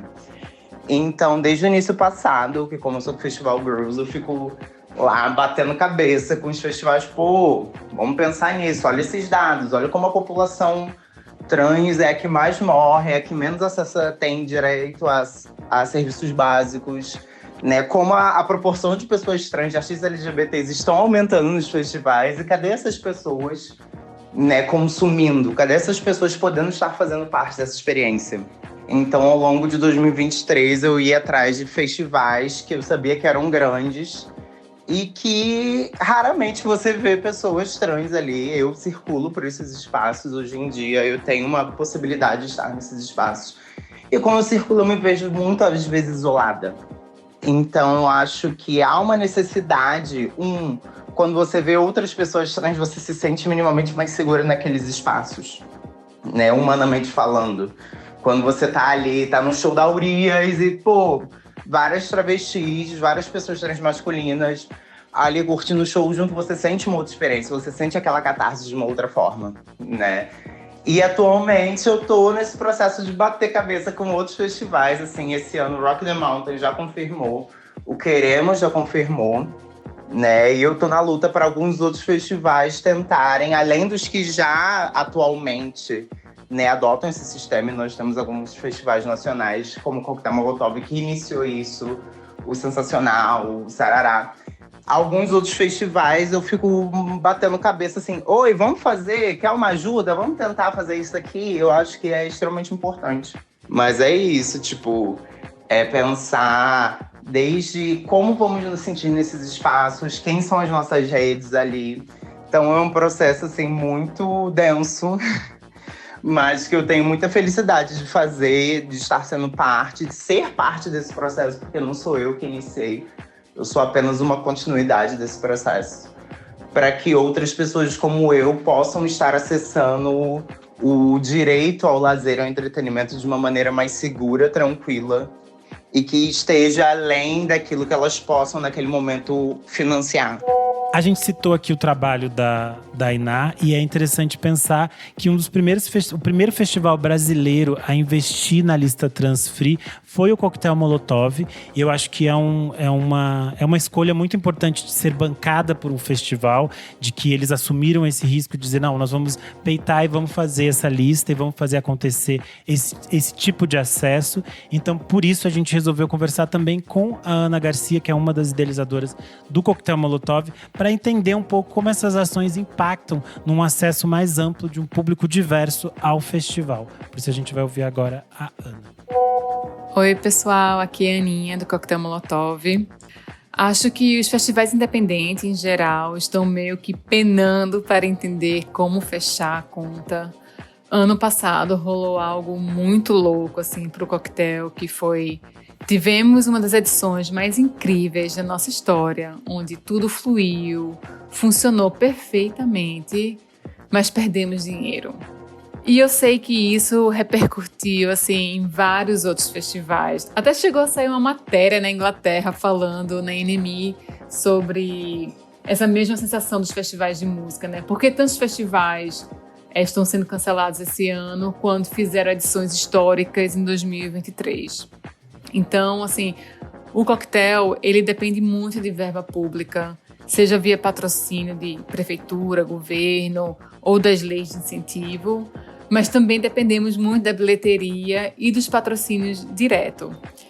E a gente está vivendo uma mudança muito grande de direcionamento de verbas de marketing para os festivais independentes, com o surgimento de tantos outros eventos, né, que são maiores e mais focados no entretenimento. Então, está sendo um quebra-cabeça assim, real para realizar um festival independente. Mas assim, eu acho que isso não pode influenciar no que o festival acredita e nas nossas premissas, como ter a lista PCD Free, a lista Trans Free, fazer distribuição de ingressos em comunidades e garantir que a gente tem um público novo vivenciando a experiência do festival pela primeira vez. E o público do Coquetel Molotov, em sua grande maioria, não são grandes consumidores, então a gente não pode ter um ingresso muito caro e a gente não ganha tanto no bar. Então, assim... E eu não quero mudar isso. Eu amo trabalhar com novidade, sentir que a gente está fomentando uma cadeia artística e que a gente tem um propósito, sabe? Eu já me peguei me questionando várias vezes, assim, será que é esse o rumo? Será que não devemos mudar? Mas não, eu quero continuar fazendo isso, assim. E já são 20 anos de história, né? A gente tem uma história para contar, a gente é conhecido pela curadoria, então...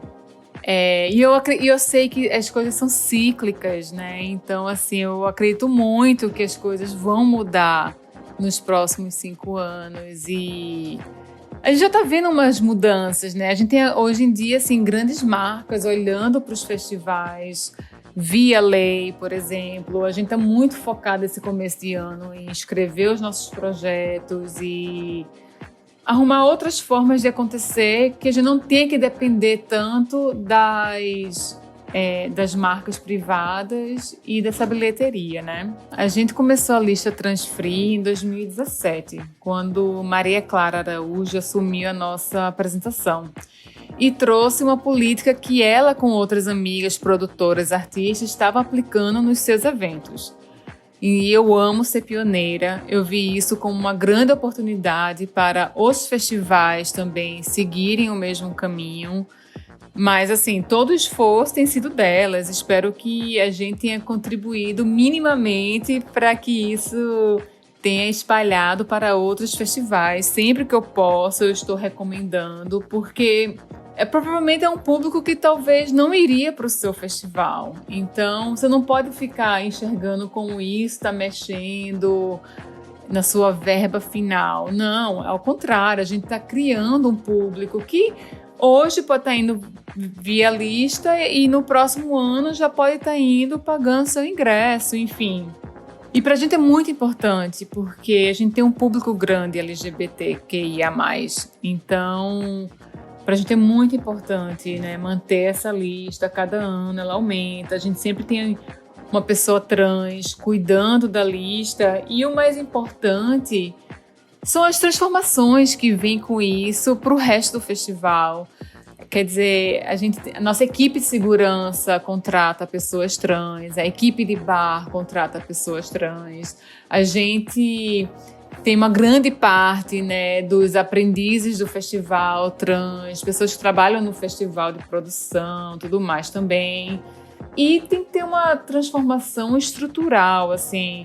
Tem que ter pessoas importantes trans realizando o seu festival. Então, assim, eu acho que a lista trans, ela é um começo, assim, de uma transformação, que na verdade já deveria ser o contrário, né?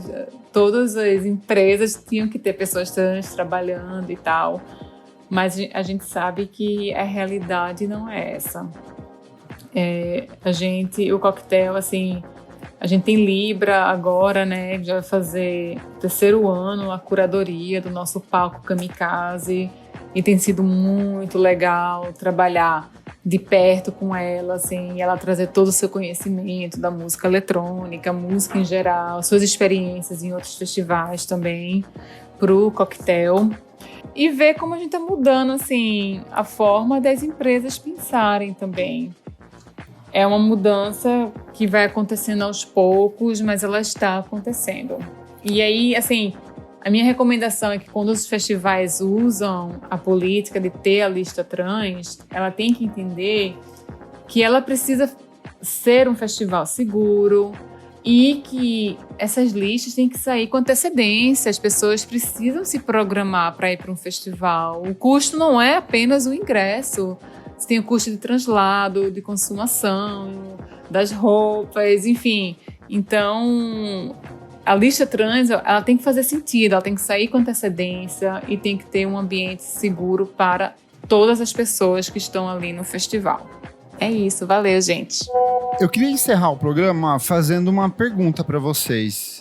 O que vocês acreditam como um futuro possível para um mercado de shows mais justo, igualitário ou, no mínimo, acessível para outras parcelas da população?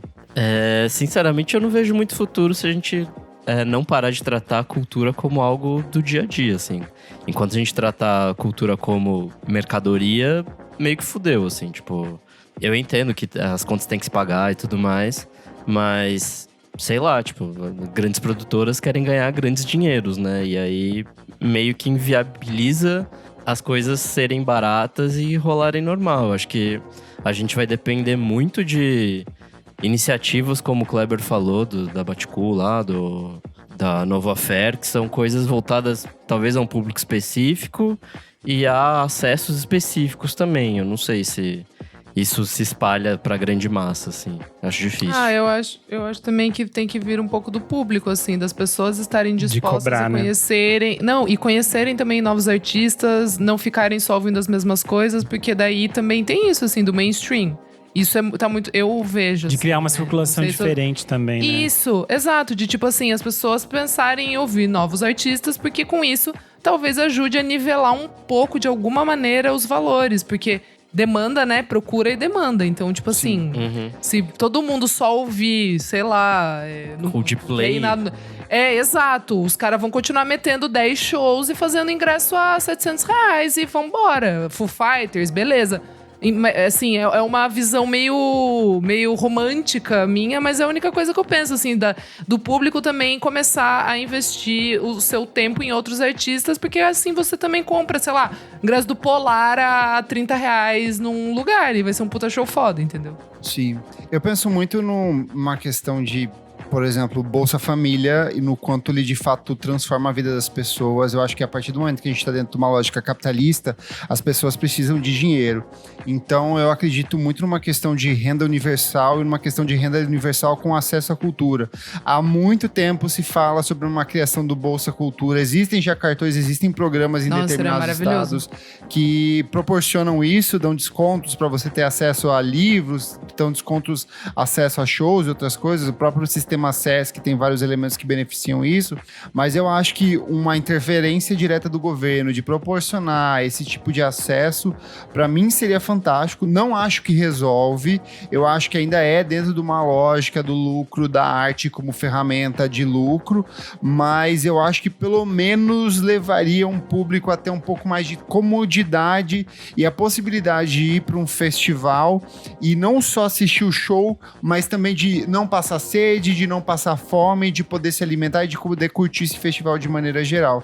Que eu acho que o preço do ingresso é apenas um dos empecilhos. A partir do momento que a gente entra lá dentro, como a gente falou nesse programa hoje, existem outros custos, outras coisas que podem tornar esse processo de apreciação de um evento ainda mais complicado.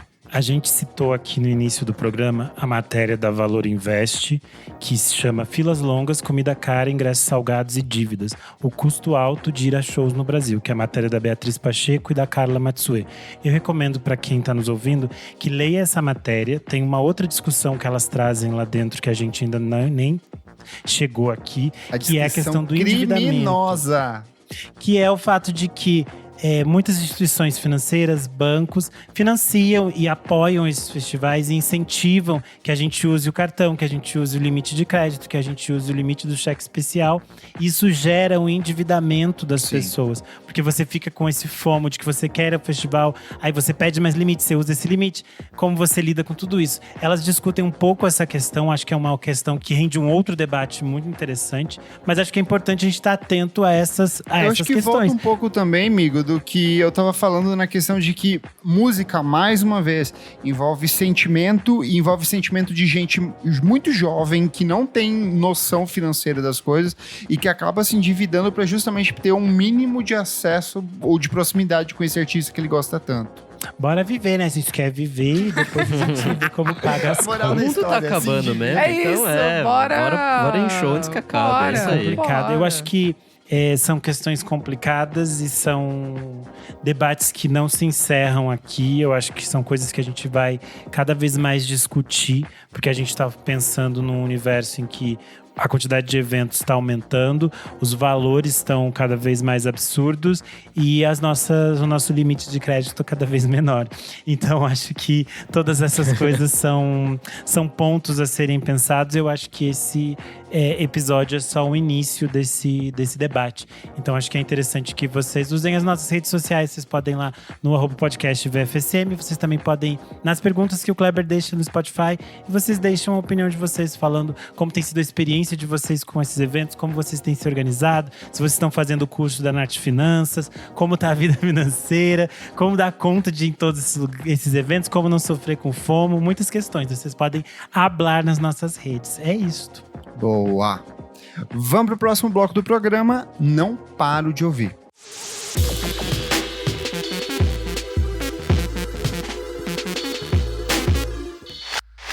Chegamos ao nosso segundo bloco, Não Paro de Ouvir. Meu amigo Nick, o que é este bloco? Nesse bloco a gente fala dicas de coisas recentes que a gente não para de ouvir. Antes da gente ir, meu amigo Renan, acho que temos disco da semana aqui, porque Amaro Freitas lançou Muito bom. IE. É o novo álbum de estúdio dele, disco que tem lançamento pelo selo norte-americano Psychic Hotline, que lançou Bruno Berli, que lançou Tim Bernardes. Tá É um babado. disco extenso, inspirado pelos mitos e pela cultura amazônica. Ele passou por um processo de imersão em uma tribo indígena amazônica. Cara, que disco espetacular. Eu já tinha gostado Os dos singles. singles inacreditáveis. Tem participação Inacreditáveis. especial do Jeff Parker, que é um guitarrista que já participou do Tortoise. Tem participação do Shabaka Hutchins em 2 músicas tocando flauta. Eu não sei se vocês já tiveram a experiência de entrar sozinhos no meio de uma mata fechada. Minha vida inteira no interior foi isso, foi andar sozinho no mato ali. E eu sinto que ele consegue fazer essa experiência de parece que tem uma coisa cercando você.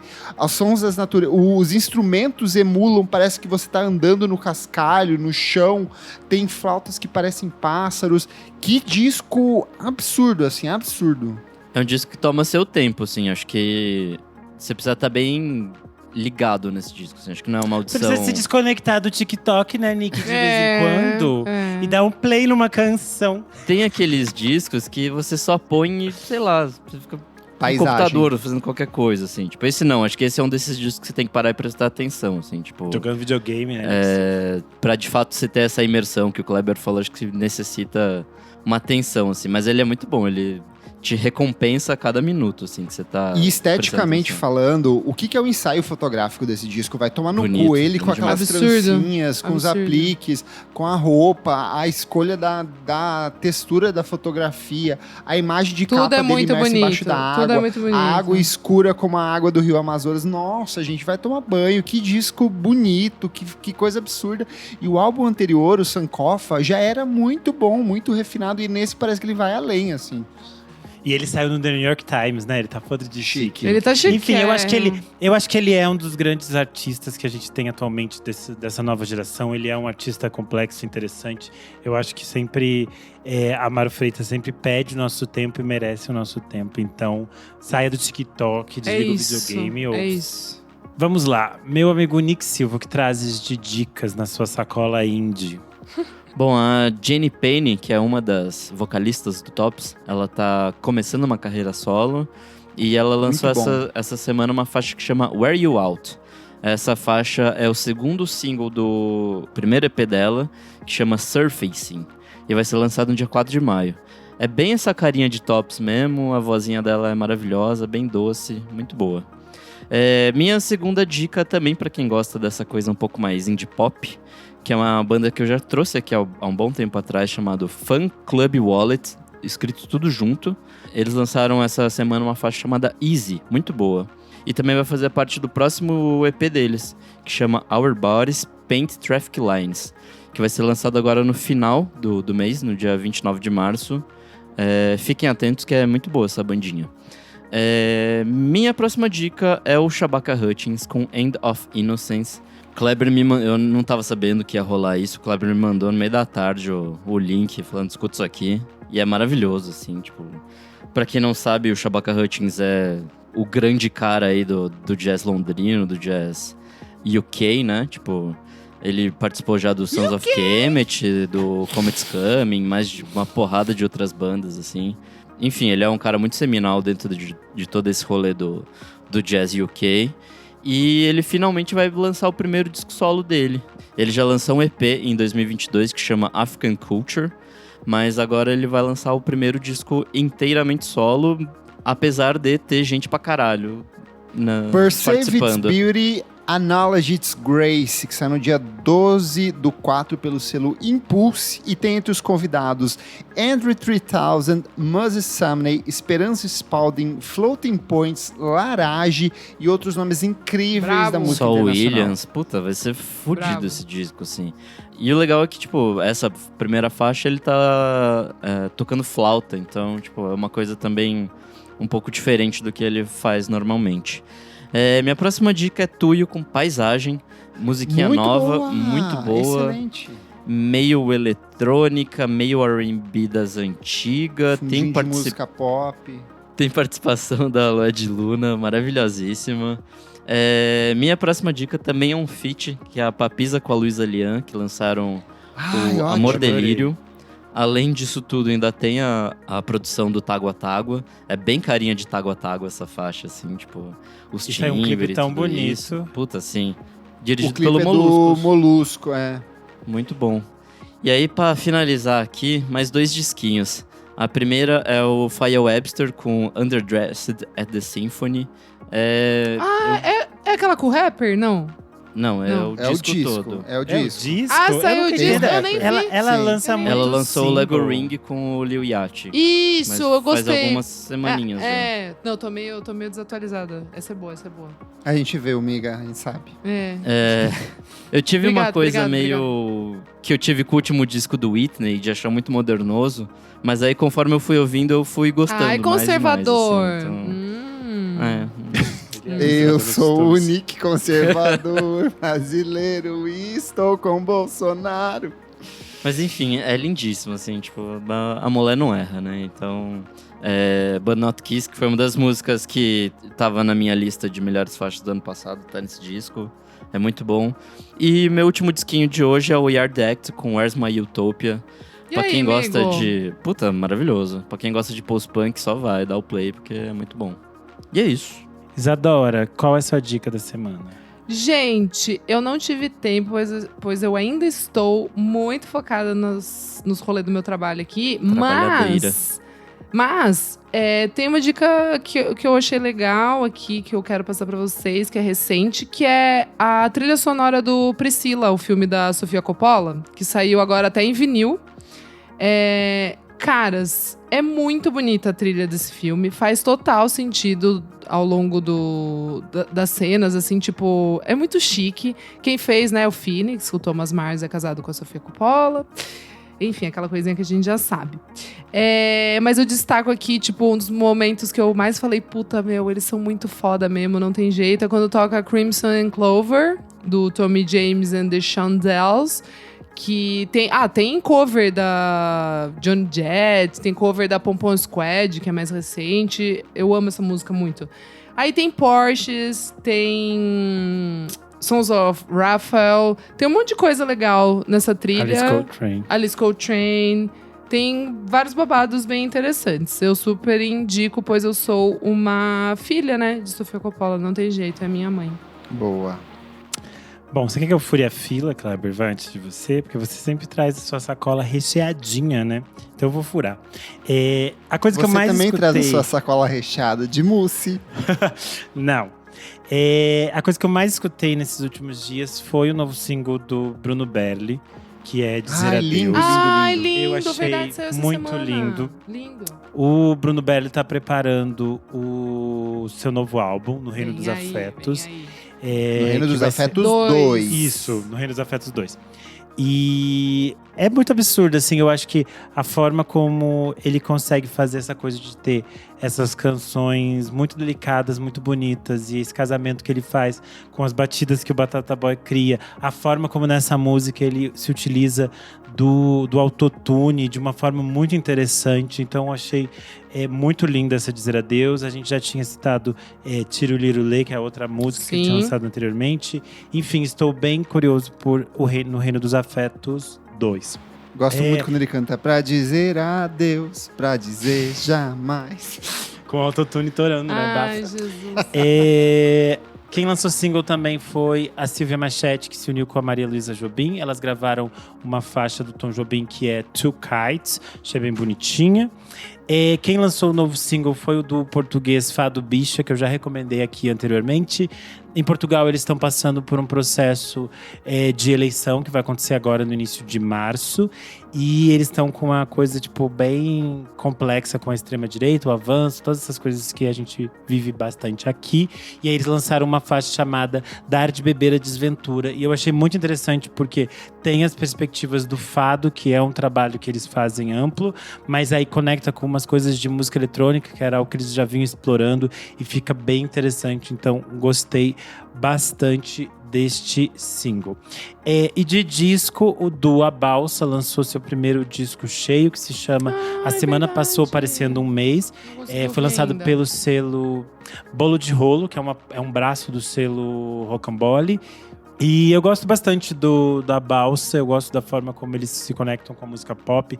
Achei um disco bem gostosinho de se ouvir, então vale dar play. E a semana passou parecendo um mês. Tudo. Essas são as minhas dicuchas. E eu acho que eu e o menino Kleber temos um disco em comum, né, Kleber? Que a gente gostou bastante. Temos? Temos um DJ, um bafo, uma coisa dark, bagaceira, boa. violenta, não temos? DJ Anderson do Paraíso lançou Queridão. É um trabalho que eu tava com uma expectativa enorme. Ele é um dos produtores mais interessantes da cena mineira de funk. Saiu pelo selo Nheg Nheg Tapes, que foi o mesmo responsável pela distribuição do DJ K lá fora. Eles também distribuíram outros artistas que eu já trouxe aqui, como o DJ Travella. Cara, é um disco de funk, só que com uma pegada altamente suja, soturna, bem experimental. É experimental mesmo, no sentido das texturas, das camadas. É muito bom, é um tipo disco que lá fora ele seria rapidamente puxado pra trabalhar com algum rapper foda, tipo um Earth Shirt, um Danny Brown da vida, porque é um disco mega claustrofóbico, escuro, perturbador, assim. Uma das grandes novidades da música eletrônica brasileira nesse ano. O que você achou, amigo? Eu achei tudo isso que você falou, amigo. Eu concordo em gênero, número e grau. Eu acho que é um disco que você entra assim, é como se tivesse esse cenário, essa textura, essa coisa que te leva para um universo muito específico. E eu acho que é mais um passo desse universo que a gente tem falado do funk brasileiro, como ele é a nossa grande música experimental, assim, dos últimos anos. Como ele... Dos últimos anos não, né? Dos últimos 30 anos. Como eles destroem essas barreiras que são construídas, assim, do que é possível não fazer com o som. Então, acho que é um disco muito interessante e que mostra bastante essa fase extremamente rica que a gente tem vivido do funk brasileiro. Perfeito. Inclusive, o GG Albuquerque, o Volume Morto, que já participou aqui do podcast gravando com o Renan sobre a lei de Itamaracá, tem alguns textos bem interessantes sobre o trabalho dele lá no site dele. Então vai dar uma olhada que eu acho que dá uma ajuda para aprofundar. E ele fez o texto de apresentação do disco também. Então eu acho que dá para você descer um pouco mais o trabalho. Seguindo aqui nos discos, Sofia Freire, cantora, compositora e produtora pernambucana que eu gosto demais, lançou Ponta da Língua. É um disco lindíssimo de arte pop, sou completamente apaixonado pelo trabalho da Sofia e eu sinto que ela foi crescendo a cada novo disco. Esse é o primeiro em 7 anos e ela está completamente transformada, madura. Já trouxe os singles que ela lançou anteriormente e agora eu volto com o disco que é muito bom. E de Libra, artista também pernambucana, que a gente já recomendou bastante aqui, lançou um novo EP de inéditas, Neotrópicos, tem participação do Bad Sista, é um disco que vai ali da música eletrônica, do funk pro techno, pro breakbeat, é um trabalho interessantíssimo que mostra mais uma vez a riqueza da produção eletrônica brasileira. Eu ainda não ouvi, eu adoro Rede Livre, vou ouvir. Você vai gostar demais, amigo. Agora indo pra cena internacional, Mannequin Pussy, I Got Heaven. Que disco absurdo de bom. Amo. A gente já tinha comentado os singles. Muito bom. É insano. É um disco de punk, de hardcore, de indie. Ele tem um fundo melódico muito bom em várias das canções. Hoje mesmo no grupo dos madrinhos, alguém perguntou lá quem mais tá viciado no disco do Mannequin Pussy, e todo mundo comentou. Quero muito que o Primavera Sound traga eles pra cá. Eu acho que é a cara do festival trazer o Mannequin pra cá. O disco anterior, que saiu em 2019, eu já recomendei aqui, mas esse aqui, ó, putz, espetáculo. Nick Silva, tira um tempinho pra ouvir que eu acho que você vai gostar. Eu gostei. Desse. Achei muito bom. Boa. Quem voltou também com um disco bom é o Schoolboy Q, com Blue Lips, primeiro disco dele em 5 anos. Muito bom mesmo. Eu detesto o disco anterior, é uma bosta, assim, total, horrível. E nesse aqui ele recupera. Tem um fundo de jazz muito bom em algumas das canções e repleto de participações especiais também. Indo para os singles, a melhor música da semana, Charli XX com Von Dutch. Pra mim, aí, eu já amigo? falei aqui, eu já falei várias vezes, a Charli XX pra mim tá vivendo, sei lá, 20, 30 anos na frente do que as outras cantoras pop estão fazendo agora. Ela consegue fazer um som que dialoga com o presente, mas eu acho que a gente só vai entender o que ela tá fazendo mesmo daqui a alguns anos no futuro. É uma musicona que faz aumentar a expectativa pro novo álbum dela, que é o Brat. A capa é um estático altamente tosco. Eu tô achando tudo muito borrado, maravilhoso, assim, tipo, a estética, os nomes. Espero que esse não seja o futuro das capas, porque olha... Eu amei, amigo, Esse já é o tudo a ver passado com pra ela. gente que acha tracks estranhas na internet. Sempre se usou essas capas, nada a ver. Então, a gente já tá acostumada, nós estamos... Mas eu gosto como ela tem um caminho muito dela e como ela honra a essência da Sophie, que eu sei que a Sophie era Sim, muito importante sim, pra ela. Ela sim. sempre cita a Sophie nas entrevistas. E eu acho que de toda essa galera do hyperpop, até com o encerramento da PC Music ano passado, a Charlie é a única que de fato Sim, permanece e levou muito conectada e de uma com maneira isso, mais então, pop mesmo, assim, né? Exato, Tipo, mais... muito original, É, muito dela, assim, gosto demais. St. Vincent soltou uma música muito boa que se chama Broken Man. Você achou? É o ponto de partida pro novo álbum de estúdio dela, que vai se chamar All Born Screaming, que sai no dia 26/4 pela Virgin. O disco tem participação da Kate LeBon em uma das faixas, tem participação do Dave Grohl em Eu achei outra, então assim, os chique, muito chique, e vai para um lance mais industrial, o que me faz... Que legal. Interessante. E mais, eu gosto muito da St. Vincent, eu acho que às vezes ela erra, às vezes ela acerta, mas todo disco Ela dela é um errou disco com quem? muito Ela errou diferente. com quem? Ao lado de quem, que a gente sabe? Não, Jack o Antonoff. Mass Seduction não é um erro. Teu cu que é um erro, errado é você. O outro, Outro. ela trabalhou com o Jack Antonoff, o último. O último é aquele disco de rock dos anos 70. Não tem gosto nada a ver. daquilo Eu não lá, gosto não também. gosto daquilo. Eu Acho também aquele não disco não gosto. diz Você nada. que gostou. Não, acho que aquele disco acho não que diz só, nada. não diz nada. Acho que só o Amigo, Kleber ninguém- que gostou. Todo mundo cagou, porque o Mass Seduction foi o momento dela. Esse disco aí só se falou de outra coisa. Ai, gente, eu não consigo, Não. Jack Antonoff. Não vamos mais falar dele, pelo amor de Deus. Mas esse disco nem tem o Jack Antonoff, gente. Vocês estão malucos, ela largou dele. Mas enfim, altas expectativas pro All Born Screaming. Casey Musgraves tem me surpreendido a cada gente, nova eu música. ouvi, eu amei. Too Good To Be True, Eu que música linda. Eu tô muito encantado por essa nova Ai, fase nossa dela, meio diva. Paula Fernandes, É, bem violãozinho. É, nossa diva, né? Uma fase quase evangê, sabe? Muito, Saindo tá do muito batismo. evangé, tá muito evangé. Uma A capa coisa meio cafonérrima. pastoral, assim, Ai, voltou tudo. de Israel, fez aquele mergulho no Tibum com a excursão de evangélicos e voltou pra lançar disco agora. Ai. A canção faz parte do álbum Deeper Well, que sai na próxima semana, então ansioso. Vem aí. Você quis me trazer como louca, mas o disco Dead's Home da St. Vincent é produzido pelo Jack Antonoff. É? Eu não tava louca, eu não tava louca. Bomba. Então tá bom, é como eu disse, o disco Dead's Home é produzido pelo Jack Antonoff, mas a... Falsa. Eu vou mandar um meme do Jack Antonoff morreu. E por último aqui, Do Mutar já anunciou um novo álbum de estúdio. Eles lançaram essa música incrível que se chama Funeral for Justice. Do Mutar foi uma banda que fez uma das melhores apresentações do C6 Fest no ano passado. Eu e o Nick ficamos ensandecidos. Ai, queria tanto ter visto esse show. Hipnotizado Nossa, pra caralho. mano. A gente ficou se beijando de língua, eu e o Nick, assim, enquanto eles solavam, porque foi uma experiência muito transformadora. Ai, meu Deus do céu! Eu imaginei o Nick piquitinho dando beijo de língua. Nossa, a nossa língua se entrelaçou, assim, como as cordas das guitarras ali que eles estavam tocando. E eu acho que esse disco tem uma pauta muito interessante, que o Do Mutar, eles são de Niger, que é um país que passou por um golpe de estado recentemente. Eles estão impossibilitados de retornar para o país deles. Então eles estão exilados fazendo música em outros países, né? Pra arrecadar então, dinheiro, gente, que dó, exato, que dó. expectativas para o que vem aí. Hoje, inclusive, saiu na data que a gente está gravando uma entrevista com eles na Pitchfork, meio que comentando esse processo de gravação do disco. Eles, se eu não me engano, eles estão numa loja de guitarras conversando sobre a produção desse álbum. Então, encerro aqui meu pacotaço de dicas, dicas essa semana. Pacotão, hein, amor? Pacotudo. Sou pacotão, tá vendo o volume aqui, Renan? Eu vi. É a dengue. Vamos então para o próximo bloco. Você precisa ouvir isso.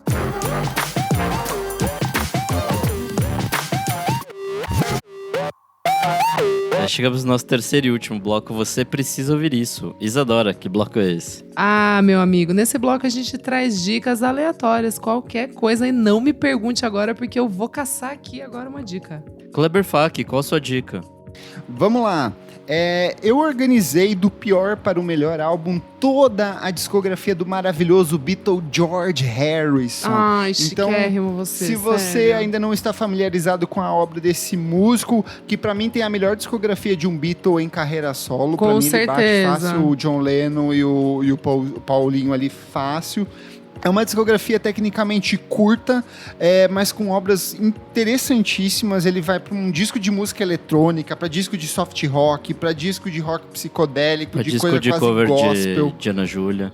Sei, Exato, essa fase é perfeita. Ele que encanta, essa fase terrível. Mas assim, quem não conhece a obra do George Harrison, dá um mergulho nessa discografia que eu acho que ajuda a ter uma direção de onde começar e onde não começar a ouvir a obra desse artista fantástico. Você encontra lá no meu site musicainstantanea.com.br. Menino Renan Guerra, sua vez. Bom, eu assisti um espetáculo aqui em São Paulo, um espetáculo musical chamado Codinome Daniel, e eu fiquei muito surpreso porque eu não conhecia a figura do Herbert Daniel, que é um sociólogo e ativista muito importante, foi um guerrilheiro nos anos 60 e 70, e eu fiquei muito passado. O Zé Pedro falou, você precisa ver esse espetáculo, ele já tinha visto, e ele falou, não, você vai ver porque eles iam sair de cartaz, mas o espetáculo estendeu mais um tempo, então esse espetáculo está em cartaz no Núcleo Experimental, que é um grupo muito interessante aqui de São Paulo, tem produzido coisas muito legais. No passado eles haviam produzido um espetáculo sobre a Brenda Lee. E o Herbert Daniel é uma figura que ele é mineiro, ele foi guerrilheiro. No final dos anos, ele se conecta com os movimentos de esquerda. No final dos anos 60, ele se torna guerrilheiro, passa a trabalhar com Lamarca. Ele era um dos grandes amigos da Dilma e da Yara nessa fase específica. Eles meio que passaram por aparelhos políticos nessa fase. E aí, enquanto a Yara e o Lamarca foram assassinados, a Dilma foi presa e torturada, o Herbert ficou escondido durante muito tempo até ele ir pro exílio. E ele é considerado a última pessoa a ser anistiada. Então ele volta meio que por último de todas as outras pessoas. E quando ele volta, ele começa a falar abertamente sobre ele ser um homem gay. E aí isso passa a ser uma das bases do ativismo dele. Ele participa da fundação do PT, depois ele participa da fundação do Partido Verde. E no final dos anos 80, ele descobre o HIV/AIDS e aí ele passa a ser um importante ativista na busca por medicações no Brasil. E ele muito contraiu, amigo? Ele falece de AIDS nos anos 90. E aí eu fiquei passado porque eu realmente não conhecia a história dele. Também não, e é uma história fiquei muito fascinado com você contando. É uma história muito interessante. O espetáculo é baseado no livro Revolucionário e Gay, A Vida Extraordinária de Herbert Daniel, do escritor James N. Green. Eu fiquei bem curioso para ler a biografia, mas é muito interessante como eles fazem isso no espetáculo, que tem momentos bem emocionantes, assim, é bem interessante. E é um espetáculo bem independente. Eles vão seguir agora até o mês de abril aqui em São Paulo com a temporada estendida, né? Então, para quem for de São Paulo, vale procurar o espetáculo no Núcleo Experimental aqui na Barra Funda. E para quem não é de São Paulo, acho que vale conhecer também a história do Herbert Daniel, procurar o livro, essas outras coisas. É isso. Isadora, sua vez. Gente, eu estou sendo consumida nessas últimas semanas pela fase emo, hardcore, screamo, enfim. Então, eu vou dar aqui de dica um álbum que eu baforava, como diz Renan Guerra, quando eu era uma jovem adolescente em Sorocaba, que é o The Used, que é o álbum de estreia do The Used. E assim, gente, eu vi ao vivo e tipo, vai tomar no cu, eles são muito bons. É sobre demais. O Lucas da Fresno cantou um clássico da banda, né, que tá nesse álbum, que é A Box Full of Sharp Objects. E foi, tipo assim, icônico. Todo mundo ali, tipo, rejuvenesceu 15 anos. Todo mundo voltou a ter 15 anos. E, sério, gente, esse álbum, assim, se você gosta de, sei lá, de emo e é mais jovenzinho e nunca voltou pra trás pra ouvir coisas mais antigas, vai ouvir The Used. É maravilhoso, sério mesmo. Boa. E você, meu amigo Nick Silva? Bom, quero trazer a última temporada de Star Wars Bad Batch, que é uma dessas animações da Disney aí. Batch? Eu também sou Batch. Eu já falei, acho que de alguma temporada passada, é uma continuação ali de alguns clones específicos do Clone Wars, que são meio que, tipo, defeituosos, entre aspas aí. Enfim, a última temporada, finalização dessa história deles. São mais 15 episódios, se eu não me engano, até agora tem uns 4 ou 5. E é muito maravilhoso, assim, acho que você vai aprendendo a amar esses personagens. Enfim, eu tô triste que vai acabar, mas tô feliz com a conclusão dessa história também. Então, é isso. Comentários referentes à última edição do nosso podcast, os melhores discos de 2014, em que contamos com a participação especialíssima do nosso querido Alessater. Comentário aqui do Jefferson Tafarel, ele falou: além de Vista Pro Mar, outro álbum que marcou minha adolescência em 14, quando eu tinha 16 anos, foi o 4813, do Kasabian, lançado também em 2014. Afinal, os discos de 2014. A versão deluxe do álbum Grigua é excelente, estava ouvindo esses dias. O Raiz Santorini comentou: 2014 eu estava viajando com um grupo de teatro e no carro só tocava a Banda do Mar. Na época parecia tão bom, mas de lá pra cá não restou um refrão para marcar. Comentário do Thiago Baldi, ele falou: vocês citaram tantos discos que quando acabou o episódio eu fiquei naquela... Eles citaram o Lazareto, né? Acho que sim. Ele tá falando do Lazareto do Jack White. Nossa, verdade. A gente não citou. Não. É muito disco, gente. É muito sempre acaba disco. passando. Eu ouvia esse, sabia? Ele é bom, esse álbum. Eu cheguei a ouvir umas vezes. Eu acho ok. Eu prefiro o Blues Buzz, sei lá, Buzz, pode o outro, crer. anterior. Sim. Mas eu lembro que ele veio pro Lollapalooza nesse disco, foi legal. No mais, acho que o Rips do X-Rex também vale a pena ser citado. Abraços. O @Lucas Lazuli também comentou de outro que a gente não citou, porque como o Kleber falou, são muitos discos. 2014 teve o Blue da I Am Who I Am. Aqui em casa foi hit. Foi isso que ele escreveu. Comentário do Diego Alves. Ele falou: pra mim são 3. Salad Days, do Mark DeMarco, Ultraviolence, da Lana Del Rey e Joyland, do Trust. Nossa, eu ouvi demais esse disco na época. O Fabrício Neri contou aqui sobre suas intimidades. Falou: estava com 15 aninhos estourando o My Everything da Ariana, o álbum de estreia do Shawn Mendes, e o For do One Direction. Muito bom ser adolescente básica. Ouvi muito X do Ed Sheeran e um The Lonely Heart do Sam Smith, mas eu apaguei da memória. Mentira, Fabrício Neri, você ainda é fã de todos. Comentário do Rodrigo Berg, que sempre participa aqui, ele falou: é o pintor, eu baforei demais. E PS, Slow Horses, Nick Silva, é uma excelente série. Viu só? Várias pessoas aqui citaram o Silva, né? O Rod Leite falou Vista Pro Mar, saudade das músicas dessa época. O Mar de Calma também falou: o Vista Pro Mar do Silva foi tão marcante. O Vista Pro Mar do Silva foi tão marcante em 2014 que até hoje referencio no meu user. E aqui, o Jefferson Tafarel falou: Vista Pro Mar é o melhor disco do Silva e só minha opinião importa. E por fim, aqui o comentário do Rômulo Basso, ele falou: o LP1 da FKA Twigs é uma delícia. Eu sou o @KleberFak no Twitter e no Instagram, dicas diárias de músicas todos os dias. Você também pode acompanhar o meu trabalho no meu site, musicainstantanea.com.br. E se você quiser dançar, sorrir e se emocionar, venha para a nossa festa no Zig, dia 22 de março. É o especial Divas do Lollapalooza, onde a gente vai tocar só as mais gatas do Lola nesses 12, 13 anos de festival aí. E também é a festa de aniversário minha e do Nick Silva. Então venha, para você que quer dar um beijão na boca do Nick Silva, saber como é gostoso esse beijo saboroso. Olha, chegue chegando. E ele beija todo mundo, meninos, meninas, e se ele não beijar, ele vai apanhar por homofobia. Ai, pode bater que ele Deus. gosta. Ai, meu Deus. Tá bom. Eu sou @Almeida Dora no Instagram, Almeida Dora _ no Twitter, e é isso. Eu sou _Renan Guerra no Instagram, no Twitter, no TikTok. Você pode assinar a minha newsletter no Substack, ela sai toda sexta-feira. E você também pode ler meus... Substack. Substackinha. Isso. E você também pode ler meus textos lá no Screen Daniel. É isso. Eu sou @Nick_Silva no Twitter, Nick Silva no Instagram, e você lê meus textos lá no Macbus. Não esquece de seguir a gente nas nossas redes sociais, @podcastvfsm em tudo. Segue a gente na sua plataforma de streaming favorita. E se puder, apoie a gente no apoia.se/podcastvfsm.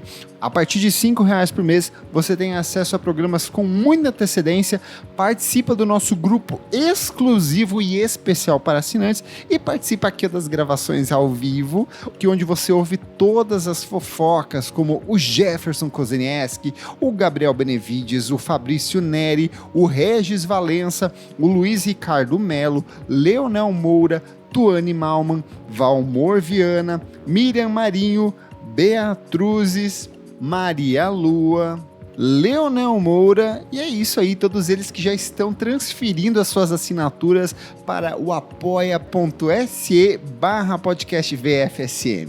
Muito obrigado pela sua audiência e até a próxima. Tchau, tchau! Tchau! Tchau!